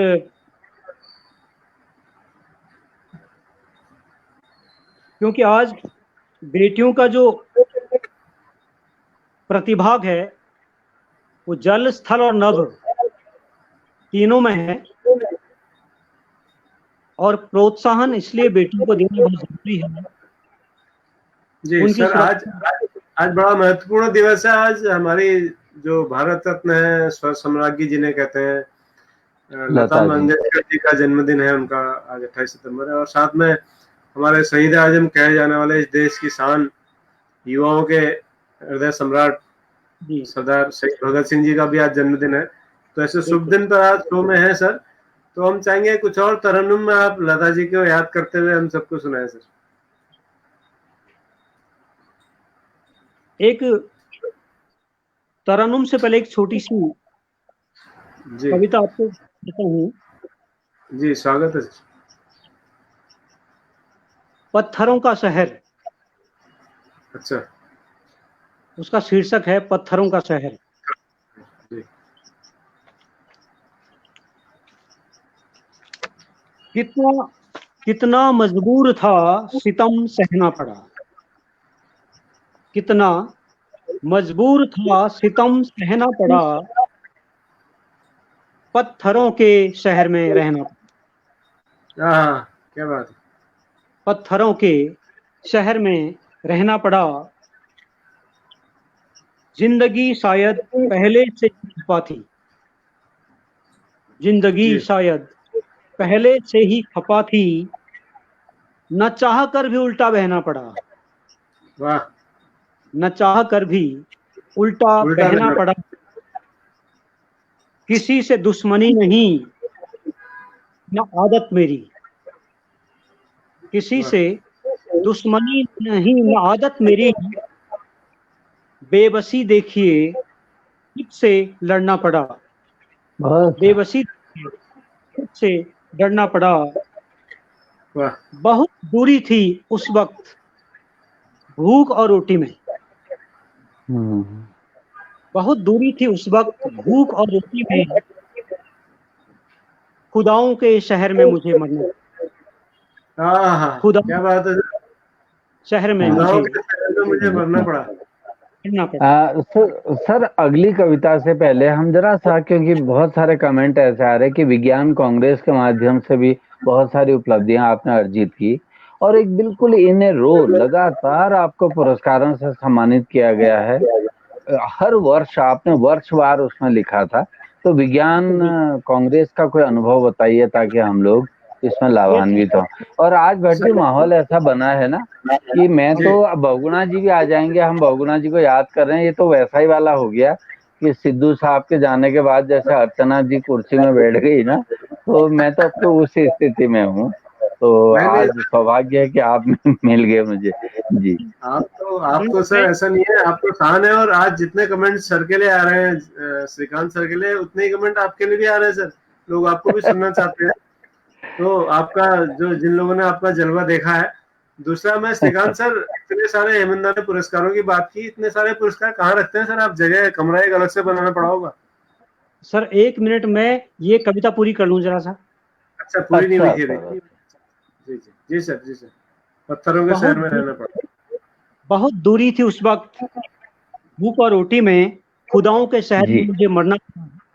वाह, ऊंचे ओहदों पर थी हर जगह छोटी सोच, ऊंचे ओहदों पर थी हर जगह छोटी सोच, ऊंचे ओहदों पर थी हर जगह छोटी सोच, मुझसे कहा झुक, मुझे झुकना पड़ा। अच्छा, मुझे क्या बात, झुकना पड़ा। सोच पे आधारित। फिक्रमंद था हर वक्त जिसके लिए, फिक्रमंद था हर वक्त जिसके लिए, बेवफा हूं ये मुझे सुनना पड़ा। क्या बात है, मुझे सुनना पड़ा। और अंतिम बंद है इसका, वाह, जो वक्त खेलने का था, जो वक्त खेलने का था अकेला रोया बहुत, बेहतरीन, जो वक्त खेलने का था अकेला रोया बहुत, रोटी की खातिर घर से निकलना पड़ा, वाह, रोटी की खातिर घर से निकलना पड़ा। कितना मजबूर था सितम सहना पड़ा, पत्थरों के शहर में रहना पड़ा। धन्यवाद बहुत जी। बढ़िया सर, बेहतरीन और बेहतरीन, बहुत लाजवाब, कमाल सर, बहुत बढ़िया। आभार आपका। अब बात हेमंत हुई है मेरे, हेमंत सर का एक सवाल था, अब हम चाहेंगे कि आप उसका उत्तर दें, तो फिर हम आपकी अगली रचना सुनते हैं। विज्ञान कांग्रेस में आपकी जो उपलब्धियां हैं और कैसे आप बच्चों को मोटिवेट करते हैं, विज्ञान कांग्रेस में आपने बहुत नाम कमाया, हमने नाम सुना है सर आपका। जी जी सर, ये आपका आशीर्वाद रहा कि मैं सन 1997 से एक इवेंट होती है बाल विज्ञान कांग्रेस। हाँ, होता क्या है कि बाल विज्ञान कांग्रेस में लोग क्विज में भाग लेते हैं, ड्रामा में भाग लेते हैं और ये गेम में भाग लेते हैं, लेकिन एक इवेंट छूट जाती थी, साइंटिफिक सर्वे रिपोर्ट, जो बहुत कम लोग करते थे, क्योंकि अच्छा, इसमें मेहनत तो ज्यादा थी। बच्चों को छोटे छोटे प्रोजेक्ट्स के द्वारा एक गंभीर अध्ययन के ब्लॉक, जिला और राज्य स्तर पर ले जाना होता है। तो मेरा जो पहला प्रोजेक्ट था वो था चेक डैम पर था सर। अच्छा, जो पत्थर और उससे लोहे से पहाड़ों में इसका बहुत बड़ा रोल है। तो चेक डैम का हमने एक प्रोजेक्ट बनाया, मॉडल में सर रिपोर्ट है, साइंटिफिक। तो हमने एक नजदीक का गांव लिया, 4 बच्चों की टीम बनाई, चेक डैम का कंसेप्ट पहले खुद समझा, फिर बच्चों को समझाया और उस पर एक रिपोर्ट तैयार की जिसको हम बोलते हैं साइंटिफिक प्रोजेक्ट रिपोर्ट। तो माँ सरस्वती कृपा रही कि हम ब्लॉक से भी आगे निकल गए, जिला से निकल गए, और अब पहली बार मुझे राज्य स्तर पर धर्मशाला जाना था। और हमारे जिला से बहुत कम प्रोजेक्ट जाते थे। अच्छा, तो हमारे बच्चों ने मेरे निर्देशन में धर्मशाला में इस प्रोजेक्ट को रखा, अब शेयर किया, और हमारी जो प्रोजेक्ट रिपोर्ट थी वो पूरे प्रदेश में फर्स्ट आई। अच्छा, उसके बाद हमारा चयन चेन्नई के लिए हुआ, नेशनल, तमिलनाडु था उस टाइम पर। तो हमने राष्ट्र स्तर पर वो अपनी रिपोर्ट प्रस्तुत की। सौभाग्य रहा कि टॉप 20 में हमारी रिपोर्ट, हिमाचल प्रदेश की पहली बार कोई रिपोर्ट टॉप 20 में आई। अच्छा, उसके बाद सीनियर नेशनल में भी जाते हैं वो, उसके बाद से हाँ जी, ये लगातार 1999 से 17 बार मैंने देश के अलग अलग राज्यों में राष्ट्रीय स्तर पर भाग लिया है अपने बच्चों के साथ। और बड़े गर्व से कहना चाहूंगा, आपके आशीर्वाद से मेरे 85 प्रोजेक्ट राष्ट्रीय स्तर के बाल विज्ञान कांग्रेस तक पहुंचे हैं। बहुत बढ़िया सर, बहुत बढ़िया, बहुत बढ़िया। इसके एक और इवेंट आती सर, वो टीचर्स के लिए होती है, इंडियन टीचर्स साइंस कॉन्फ्रेंस। हाँ, मुझे उसमें भी मौका मिला और मैं खुद विद्यार्थी बनकर अपने प्रोजेक्ट तैयार करता था अपने लिए, और जिस प्रकार से हमारे विद्यार्थी प्रस्तुत करते थे उसी तरह से देश के बड़े बड़े वैज्ञानिकों के सामने मैंने अपने प्रोजेक्ट रखे। बायोडाइवर्सिटी, ये औषधीय पौधों पर, और मुझे खुशी हुई कि मुझे प्रोत्साहन मिला, मेरा साहस बढ़ता गया, और भारतीय इंडियन टीचर साइंस कॉन्फ्रेंस में या कांग्रेस में मुझे काफी सीखने को भी मिला और मैं कुछ सीख पाया। इसके अतिरिक्त एक तीसरी इवेंट और आती है, वो आती है जो यूथ साइंटिस्ट होते हैं, इंडियन साइंस कांग्रेस। इसमें भी मुझे लगभग 3-4 बार जाने का मौका मिला,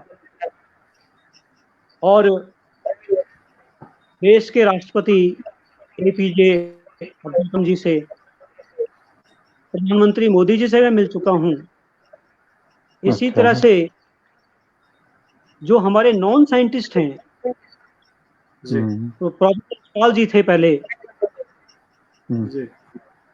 तो उनका सानिध्य पाकर मुझे लगा ये कुछ समाज के आइडियल लोग हैं, इनकी सोच को विद्यार्थियों तक कैसे ले जाए। यशपाल जी से मिले, बढ़िया। यशपाल जी का जो तरीका था समझाने का, वो बिल्कुल बच्चा बन करके छोटी बड़ी बड़ी सी समस्याओं को बड़ी एक्सपेरिमेंट करके दिखाते थे वो। तो हमने सोचा क्यों ना एक वैज्ञानिक दृष्टिकोण अपने विद्यार्थियों में जागृत किया जाए, और मैं लगातार 17 वर्ष तक सर्वश्रेष्ठ अध्यापक पुरस्कार मुझे राज्य से मिलते रहे। भट्ट जी, लगातार 17 वर्ष सर्वश्रेष्ठ शिक्षक का पुरस्कार, ये तो रिकॉर्ड होगा सर। हाँ, हिमाचल प्रदेश में एक रिकॉर्ड है, और विज्ञान के क्षेत्र में है ये, बाल विज्ञान कांग्रेस में और इंडियन साइंस कांग्रेस में। जी, तो हमारे वो क्या करते रहे आपके साथ सर, वो क्या नाम अपने हिमाचल में जो हमारे मित्र हैं, संजीव अत्री जी। हाँ, संजीव अत्री जी भी हमारे साथ रहे। आपने सारे खुद ही ले लिए उनका, बिल्कुल वो भी हमने, बल्कि हमने कई प्रोजेक्ट एक साथ भी किए। अच्छा, इस बात का पता है, उनको ही पता है। वो खास तौर से, लेकिन उनका जो ज्यादा रुझान रहा वो रहा ड्रामा में, और मॉडल, जो साइंटिफिक मॉडल होते हैं जी, वो विज्ञान महोत्सव में आता है। वो मॉडल में रहे, और फिर रेडियो के क्षेत्र में रहे, कम्युनिटी रेडियो होता है, इसमें रहे। अच्छा, लेकिन हमने, हाँ जी, और हमने काफी समय बहुत पहले कुछ प्रोजेक्ट साथ भी किए और साथ साथ रिपोर्टें बनाई। वो भी नेशनल गए और मैं भी नेशनल गया। वाह, बढ़िया। हाँ जी। तो ये भारत विकास परिषद के साथ आप काम करते हैं सर, उसमें क्या क्या करते हैं? भारत विकास परिषद हिमाचल प्रदेश का मैं महासचिव रहा 2 साल, और जो हमारे शहर की जो शाखा है उसमें इस वक्त अध्यक्ष के पद पर हूँ। और खास तौर से भारत विकास परिषद के जो सामाजिक कार्य हैं, परोपकार के कार्य हैं, उनसे प्रेरित होकर के मैंने संस्था ज्वाइन की, और बतौर एक पदाधिकारी के रूप में आज भी मैं कार्यरत हूँ। तो भारत विकास परिषद के माध्यम से भी सेवा का, समर्पण का, संस्कार का एक मौका हमें मिल जाता है। जी, आज हमारे एक्स डायरेक्टर साहब सर डॉक्टर जोशी सर बिल्कुल सुनसान श्रोता की तरह ही देख रहे हैं। हम चाहते हैं कि कुछ जिज्ञासा मैं थोड़ा सा मिस कर गया, मुझे सुनने में आनंद आ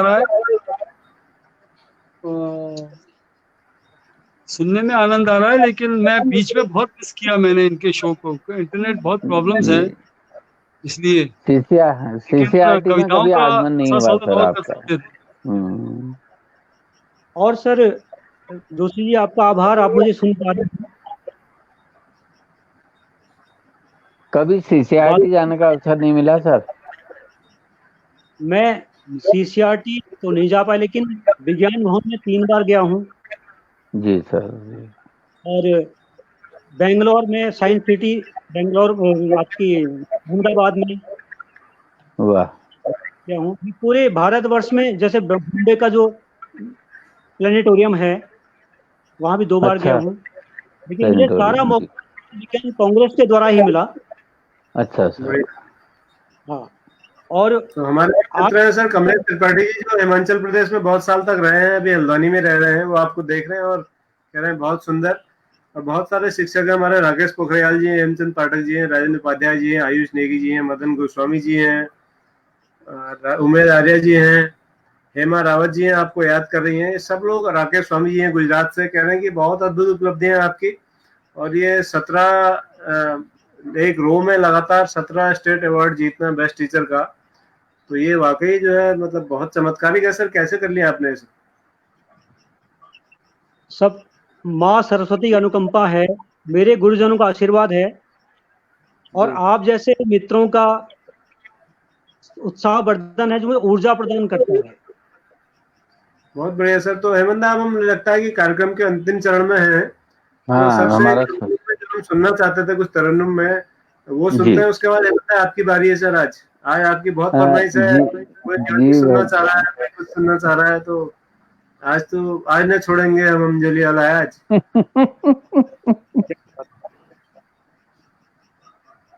जी जी सर, श्रीकांत सर। क्योंकि देखिए इत्तेफाक है सर, आज स्वर साम्राज्ञी हमारी जो लता दीदी का वो है आज ना जन्मदिन, तो अपने आप ही तरन्नुम वाले आ गए आज, देखिए तो। हाँ बिल्कुल सर। हम्म, ये कहीं ऊपर से विधाता ने रचा होता है सब कुछ। मोहन चौहान जी कह रहे हैं बहुत शानदार उपलब्धियां हैं। योगेश्वर पांडे जी हमारे देख रहे हैं, कह रहे हैं वेरी नाइस। बहुत सारी तारीफें सर आपको मिल रही हैं।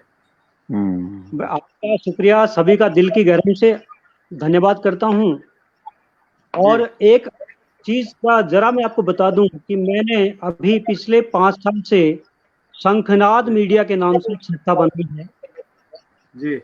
अब मुझे सर आपका जिसमें बायोडाटा पढ़ के लगा कि आप अगर टीचर नहीं होते तो पत्रकार ही होते। नवोदित साहित्यकारों को मंच प्रदान करता हूँ, वाह। अच्छा, का सम्मान करता हूँ, और हिमाचल प्रदेश की बड़ी बड़ी विभूति हैं, हमारे जैसे पूर्व मुख्यमंत्री हैं, मंत्रीगण हैं, उनको समारोह में बुला करके सम्मानित करते हैं, तो उन बच्चों का बड़ा हौसला अफजाई होती है, वो आगे बढ़ते हैं। बढ़िया। तो शंखनाद मीडिया के नाम से भी हम अपने ग्रुप चला रहे हैं, जिसमें हम साहित्य सेवा कर रहे हैं। बहुत अच्छे। हाँ, और पत्रकारिता मेरा शौक रहा है, मैंने इसमें भी पीजी किया हुआ है, तो समसामयिक लेखन भी मैं करता हूँ। हमारे दिल्ली, ये चंडीगढ़, हिमाचल प्रदेश के अखबार, उसमें निरंतर हमारे कॉलम भी चलते हैं।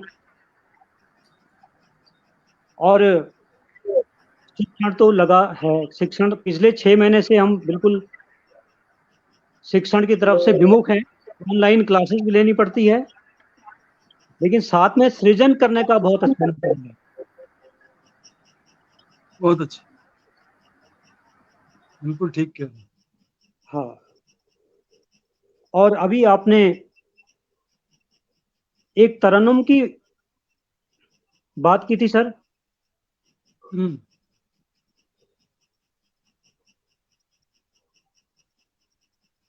भट्ट जी जी जी, क्या सुन पा रहे हैं?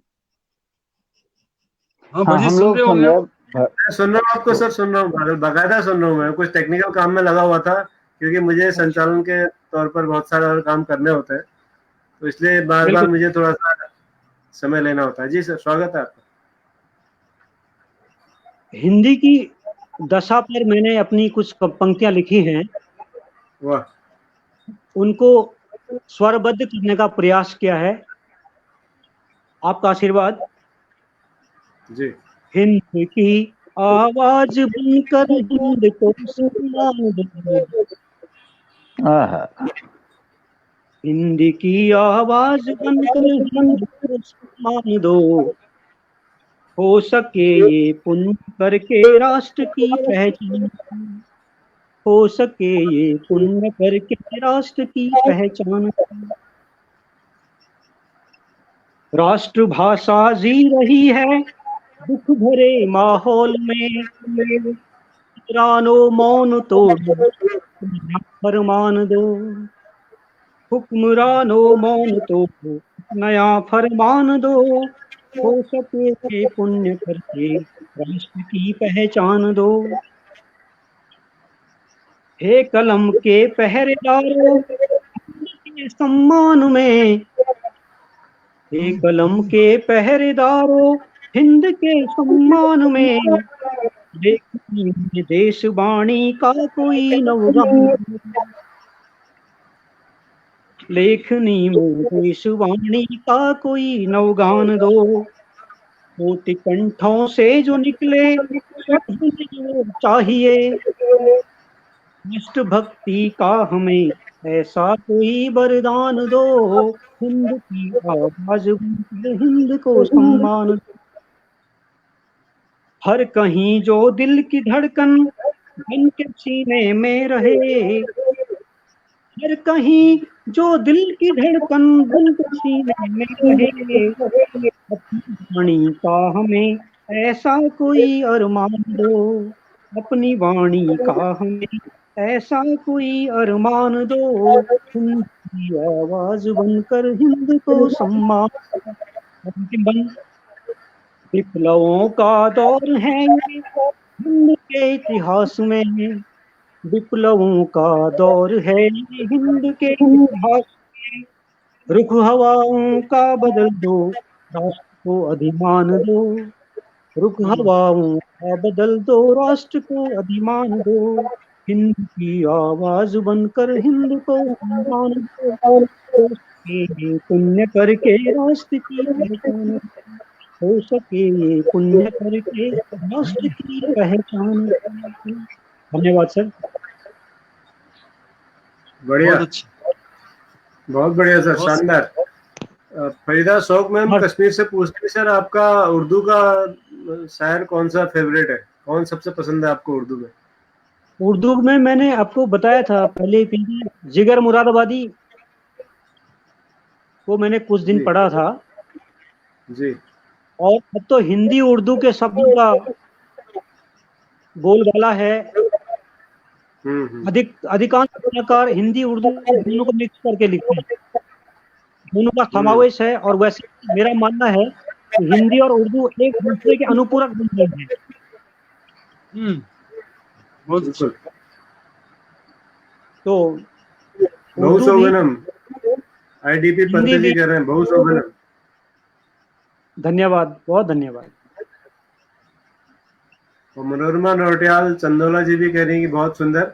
जोशी सर आप कुछ कहना चाहेंगे सर, हम अंतिम चरण में है आज के कार्यक्रम के फिर?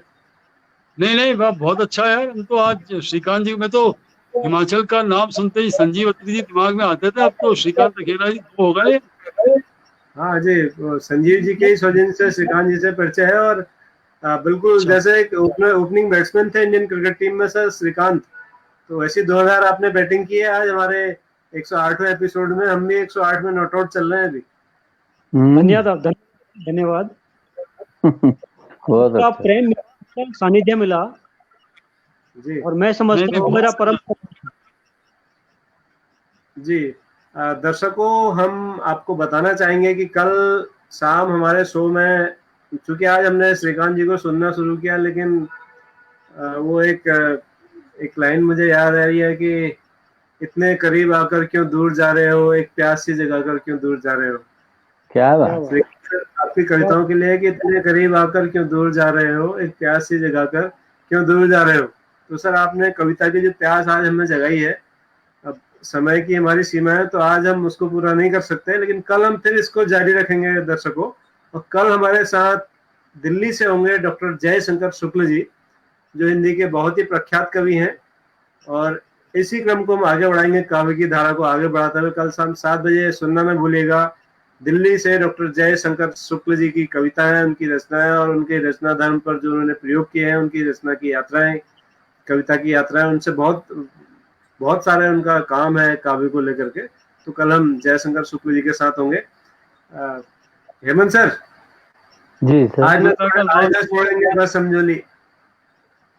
सर 1 घंटा 24 मिनट हो ही गया है, फिर कभी जरूर आपके आदेश नहीं, मेरा की आदेश नहीं, अवमानना नहीं। इतने सारे दर्शकों का है कि सारे लोग कह रहे हैं कि हेमंत सर जो है नेवली सुनाए, कोई कुछ, तो मैं तो उनका आदेश ना पढ़ रहा हूँ ना, सर, मैं करूँ।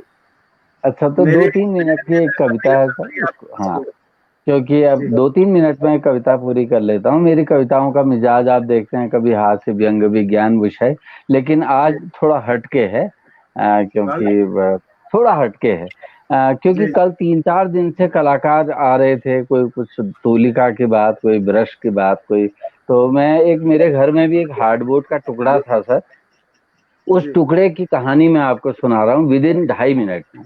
जो वाह वाह, हार्डबोर्ड जिसमें चित्र बनता है, पेंटिंग बनती है, कि मेरे घर में एक हार्डबोर्ड का टुकड़ा पड़ा है, कि मेरे घर में एक हार्डबोर्ड का टुकड़ा पड़ा है, अगर छोटा होता तो मेरी खिड़की के टूटे हुए शीशे के स्थान पर होता, लेकिन वो बड़ा है इसीलिए आज तक यूं ही पड़ा है।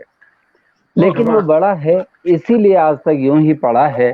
टुकड़ा सोचता है कि कहाँ इस आदर्शवादी ईमानदार व्यक्ति के घर में पड़ गया, जबकि मेरे साथ का ही दूसरा टुकड़ा किसी बहुचर्चित कलाकार के घर में गया और उसमें अंकित चित्रकला से पूरे विश्व में चर्चित हो गया। लेकिन मेरा दुर्भाग्य कि मैं इस आदर्शवादी ईमानदार व्यक्ति के घर में पड़ा हूँ। ठीक ही सोचता होगा टुकड़ा, क्योंकि मेरे घर में उस टुकड़े का बहुआयामी प्रयोग हो रहा है। टुकड़ा कहता है कि इसकी बूढ़ी माँ अपने बूढ़े झुर्रीदार हाथों से दालों को पीस पीस कर मुझ में बड़ियां बनाकर सुखाती है, अपने क्या बात। अभावग्रस्त परिवार को खिलाती है। कि वाह, इसका बूढ़ा बाप किस का बूढ़ा बाप बेटियों के ब्याह में लिए गए कर्ज की किश्तों का हिसाब मुझी में लगाता है, मिटाता है, लगाता है, मिटाता है। कि इसकी दिव्यांग बहन इसी मुझे ही बोर्ड बनाकर बच्चों को ट्यूशन पढ़ाती है, और सब कहते हैं कि दिव्यांग होने के बावजूद ये स्वावलंबी जीवन बिताती है। एक अब मेरी देह में अनेक अनेक धब्बे बन गए हैं। एक दिन तंग आकर मेरी पत्नी ने उस टुकड़े को बाहर फेंक दिया। किसी कला के पारखी ने उस टुकड़े को देख लिया, बोला अरे वाह, ये तो मॉडर्न आर्ट है। मैंने कहा कि मैं नहीं जानता कि कला क्या बला है। बोला जीवन की अनुभूतियों को जो ईमानदारी से चित्रित करे वही सच्ची कला है। मैंने कहा वाह, तब तो ये वास्तव में कला है। मैंने कहा तब तो ये वास्तव में कला है। इसमें मेरी बूढ़ी माँ के ममता के रंग रंजीत हैं, मेरे लाचार बूढ़े बाप के लाचारी के दाग अंकित हैं, मेरी बहन की खुददारी की छाप अंकित है। पहले तो आज के ईमानदार व्यक्ति के जीवन के रंगों को देखकर टुकड़ा स्वयं रो गया, फिर बोला मेरा जीवन धन्य हो गया, मैं धन्य हो गया, मैं धन्य हो गया। धन्यवाद। वाह, वाह बहुत सर, वाह, सुंदर कविता, वाह बहुत सर, सुंदर। कमाल है। और बहुत खूब। पीछे से गुरुदेव रविन्द्रनाथ टैगोर जी भी आधे आशीर्वाद दे रहे हैं सर। क्या बात, है। क्या बात। बहुत तो अच्छा। बहुत शानदार सर, आपने जो ये लगातार लास्ट में जो बैटिंग की है ना, तो मतलब ये 300 के पार स्कोर पहुंचा दिया, तो आज हमारी जीत तय है। क्या बात। क्रिकेट की भाषा में अगर आप कहें तो ये मजा आ ये गया। बिल्कुल ये बिल्कुल कल के आईपीएल मैच की तरह हुआ जिसमें राजस्थान रॉयल्स ने पिछले लास्ट के 4 ओवर में 86 रन बनाए अरे वाह, और क्या बात। पंजाब इलेवन को हराया। लास्ट कितनी के बड़ी 4 थी। ओवर में 24 बॉल में 86 रन, बाप रे, अभूतपूर्व। तो वैसे ही अभूतपूर्व। आपकी भी कविता रही, आपका भी सेशन अकेले जी के सेशन के साथ वैसा ही रहा कुछ कुछ। बहुत सुंदर, बहुत अच्छा। बहुत अच्छा। वाह, तो क्या बहुत सारे सर, मतलब सुनकर हम भी धन्य हो गए, कह रहे हैं प्रदीप जोशी जी। और राकेश पोखरियाल जी कह रहे हैं वाह गजब, टुकड़े की भावना अद्भुत, मार्मिक शब्दों में आपने उकेरी है। और दर्शकों में एक और आपसे अनुरोध करूंगा कि अगर आप जो ये रेडीमेड वाले कमेंट करते हैं ना, तो ये हमारे स्क्रीन पर आ नहीं पाते हैं, तो थोड़ा कष्ट करिए, उंगलियां चलाइए स्क्रीन पर मोबाइल की, तो लिखिए थोड़ा सा। अब ये फरीदा शौक मैम ने लिखा है, पता नहीं क्या लिखा है, कोई वो ऐसे ऐसे वाला जो होता है इमोजी वो होंगे, तो हम दिखा नहीं पाते हैं, इसलिए आपको लिखना होगा अगर अपनी भावनाएं हम तक पहुंचानी है। तो मोहन चौहान जी कह रहे हैं वाह हेमंत सर, बेहतरीन पंक्तियां। और नवीन यादव जी कह रहे हैं वेरी नाइस कविता। मतलब मजा आ गया, मजा आ गया। और बिल्कुल सर, हेमचंद पाठक जी कह रहे हैं वाह बहुत शानदार, कार्डबोर्ड के टुकड़े की तरह हम भी धन्य हो गए। अब फरीदा शौक मैम ने लिख दिया अंततः हमारी बात सुन करके कि योर लाइन्स आर मास्टरपीस। अरे धन्यवाद धन्यवाद धन्यवाद। ये तो कश्मीर तक तहलका मचाया सर, आपकी कविता में इतनी गर्मी है कि कश्मीर की बर्फ भी पिघल रही है। क्या बात। आपका आशीर्वाद बेटी। सर आशीर्वाद तो हमें आपसे चाहिए, शर्मिंदा मत कीजिए सर, शो में हम बहुत छोटे हैं आपसे, बहुत हर तरह से छोटे हैं। ये लखनऊ दूरदर्शन में भट्ट जी जब ये पहली बार कविता आई थी ये लखनऊ दूरदर्शन में, तो वहां पे एक रामायण की कथा सुनाते थे, उनकी हाइट थोड़ा कम थी, मैं नाम भूल रहा हूँ, रामायण सुनाते थे वो गा के, तो उन्होंने मुझे स्पेशली बाहर बुला के खूब मेरे सरवर मला और बेटा बहुत अच्छा, और ये मुझे अभी भी याद है, जैसे आप लोगों का आशीर्वाद मिला है जी, उनका भी आशीर्वाद। बिल्कुल क्या बात है। वो सर ये जुड़ी हुई कविता ना, जीवन से, दिल से जुड़ी हुई, रोजमर्रा की भावनाओं से और जुड़ी हुई कविता। मेरी दीदी सर दिव्यांग है, मेरी दीदी दिव्यांग है सर, और वो प्रेसिडेंट अवार्डी टीचर भी है, 2007 में मिला उसको, मेरी दीदी, और वो उसी में बच्चों को पढ़ाती थी। तो मुझे वास्तव में कहानी सच्ची है। और मेरी 7 बड़ी बहनें हैं और बहुत अभाव में हम लोगों ने जीवन बिताया था, तो कहीं ना कहीं मेरी अपनी कहानी है, इसलिए भी आपको लगा होगा कि हाँ, फिर मैं पिताजी इसी तरह पढ़ाते पढ़ाते बहुत मेहनत से उन्होंने अपना जीवन बिताया। कमलेश त्रिपाठी जी हमारे दर्शक हैं सर, हल्द्वानी से कह रहे हैं बहुत मार्मिक पंक्तियां हैं। जगबीर नेगी जी कह रहे हैं बहुत सुंदर है, और गिरीश चंद जी कह रहे हैं मास्टर है होगा हेमंदा, और फरीदा शौक जी कश्मीर बुला रही हैं, कह रही हैं cool cool air waiting for you. Farida ji मैं आपको बताना चाहूंगा कि हेमंदा जहाँ रहते हैं वहाँ बहुत ठंडी हवा चलती है, नैनीताल में बर्फ भी पड़ती है, तो आप दोनों एक से ही वातावरण में रहते हैं। और बीना फुलेरा जी के हेमंदा को नमस्कार कह रही है, बीना मैम आप सबको नमस्कार। और मित्रों आज हम यहीं शो को समाप्त करेंगे और हेमंदा हमारे साथ लगातार बने रहेंगे, हम उनसे कविताएं बीच बीच में सुनते रहेंगे लास्ट में जब भी अवसर मिलेगा इस तरह का। तो सर श्रीकांत सर आपका बहुत बहुत धन्यवाद, आपने आज बिल्कुल रंग बदल दिया, रूप बदल दिया हमारे शो का, मजा आ गया। तो कल शाम आप सर जुड़िएगा जी, कुछ कहना चाहते हैं सर, कहिए। शंभुनाथ जी की एक छोटी सी कविता है जी सर। मई की शिला पर मधुर चित्र कितने, किसी ने बनाए किसी बताए। इसी कामना के साथ मेरा आप सभी को नमस्कार है, धन्यवाद है, आपका आशीर्वाद हमें मिलता रहे और हम जीवन संघर्ष में कुछ आयाम तय करते रहें, यही कामना करते। मिलेगी सर, मिलेगी आपको, आपके साए की धूप मिलेगी। और ये सर ये सुपर ओवर का जैसा आनंद भी ले लिया लास्ट में एक छोटा सा। बिल्कुल बिल्कुल बिल्कुल, बहुत बेहतरीन सर, बहुत बेहतरीन। तो दर्शकों आज के लिए इतना ही, कल शाम 7 बजे हम आपसे फिर मिलेंगे। और आपसे एक और अनुरोध है कि जो पिछले हमारे 107 एपिसोड हैं वो हमारे यूट्यूब चैनल विविधा पर उपलब्ध हैं, तो आप प्लीज उस चैनल को सब्सक्राइब करिए और बहुत सारे जो विद्वान इस शो में आकर के गए हैं उनके वीडियोज देखिए, हमें टिप्पणियां भेजिए ताकि हम इस शो में और सुधार करें और परिमार्जित इसको कर सकें। इन्हीं शब्दों के साथ आप सबका बहुत बहुत धन्यवाद, शुक्रिया, जय हिंद, शुभ रात्रि। जोशी सर कुछ कह रहे हैं? मैं ये करता कि आज का हमारा चश्मा जो था वो बचा सौभाग्य से। हाँ वो जवाब मैं भूल गया सर। हाँ जवाब जवाब जवाब जवाब से बहुत सारे जवाब, उतना इम्पोर्टेंट नहीं था। जगबीर नेगी जी मैंने काफी देर मिस किया, काफी देर आंसर्स और वो मिस किया इंटरनेट, लेकिन किसी का सही उत्तर आया नहीं आया मुझे पता नहीं सर। मैं जवाब सर, एक मिनट में जवाब स्क्रीन पर ला रहा हूँ। जगबीर नेगी जी कंगना रनौत कह रहे हैं, और राजेंद्र प्रसाद उपाध्याय जी, शिल्पा शेट्टी कह रहे हैं, मनीषा टिकादार कह रही हैं कि ईशा गुप्ता, प्रदीप जोशी जी कह रहे हैं कि शिल्पा शेट्टी, मुरली मनोहर भट्ट जी कह रहे हैं प्रियंका चोपड़ा। अच्छा, इतने ही जवाब है सर हमारे पास। कैटरीना कैफ, हेमा रावत कह रही है कैटरीना कैफ। कैटरीना कैफ, ओके ओके, वाह, तो इतने जवाब है सर। किसको दिया जाए, लेकिन अनफॉर्चुनेटली ये कोई भी उत्तर सही नहीं है।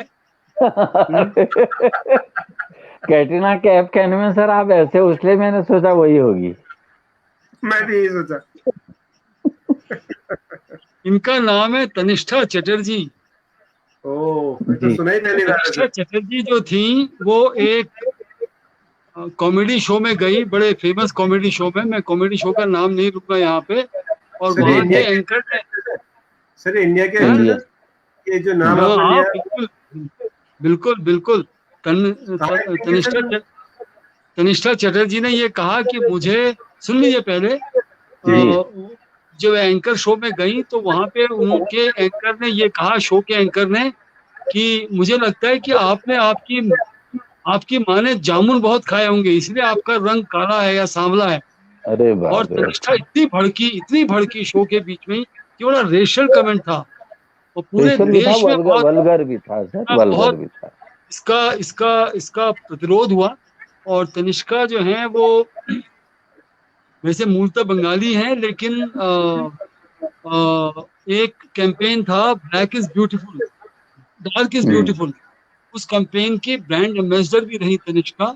और कई सारी हॉलीवुड की फिल्मों में, अंतर्राष्ट्रीय फिल्मों में काम किया।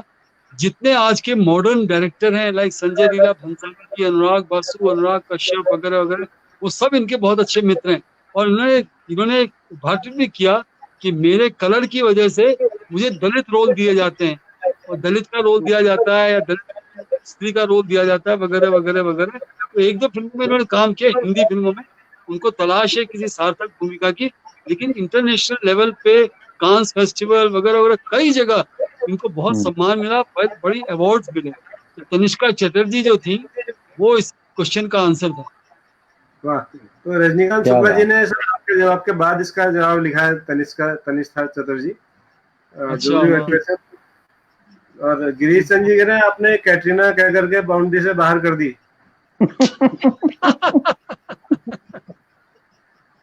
तो वो चलिए सर, अपूर्व जी ने पूछा था पहले भारतीय या अंतरराष्ट्रीय, मैंने कह दिया था भारतीय हैं करके, लेकिन तनिष्का चटर्जी का राइट आंसर।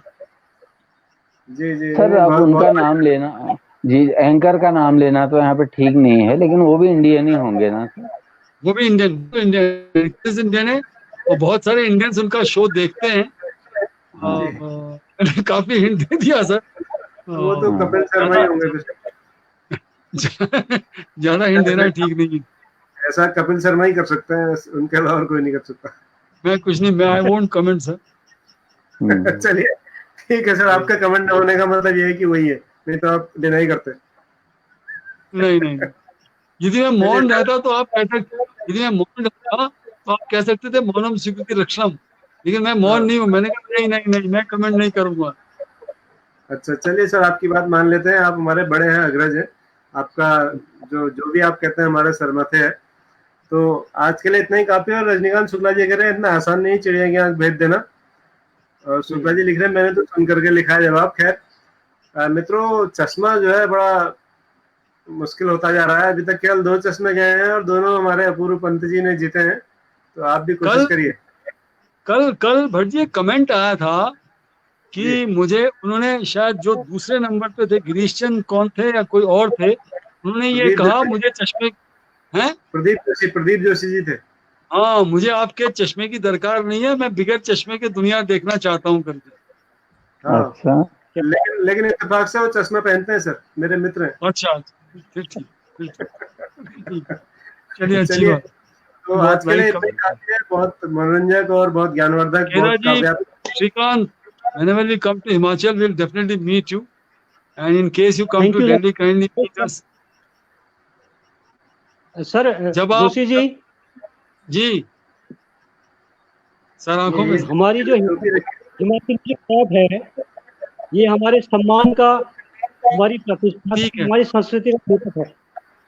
जी ये भाव में आपको चाहते हैं। श्रीकांत सर, आपका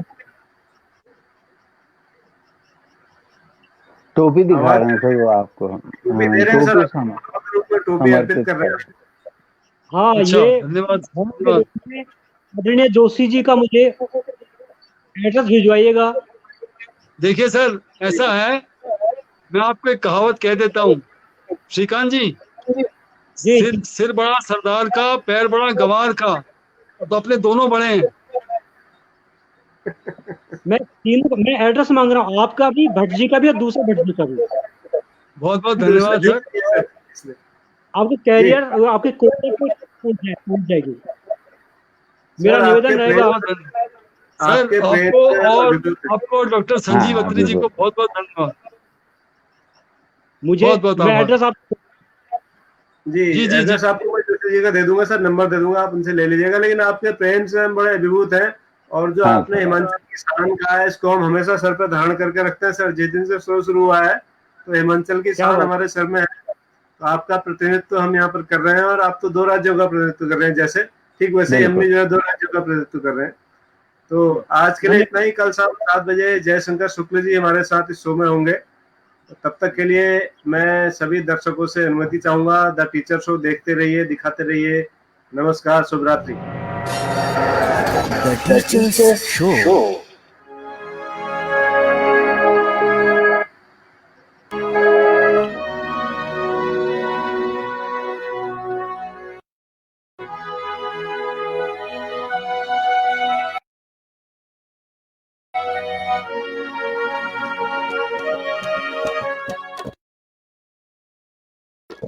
द टीचर्स शो है ये सरकार, द टीचर्स शो है ये सरकार। चलो जी हो जाओ तैयार, चलो जी हो जाओ तैयार, चलो जी हो जाओ तैयार। द टीचर्स शो है ये सरकार, द टीचर्स शो है ये सरकार।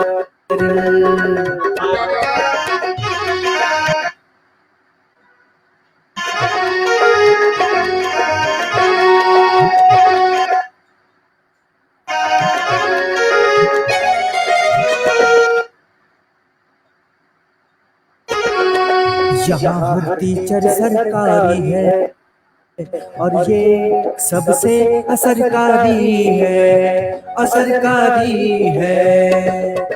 हमारा शो सब पर भारी है, ये जब से शुरू हुआ जारी है, जारी है, जारी है। द टीचर्स शो है ये सरकार। चलो जी हो जाओ तैयार, चलो जी हो जाओ तैयार। द टीचर्स शो है ये सरकार, द टीचर्स शो है ये सरकार, द टीचर्स शो है ये सरकार, द टीचर्स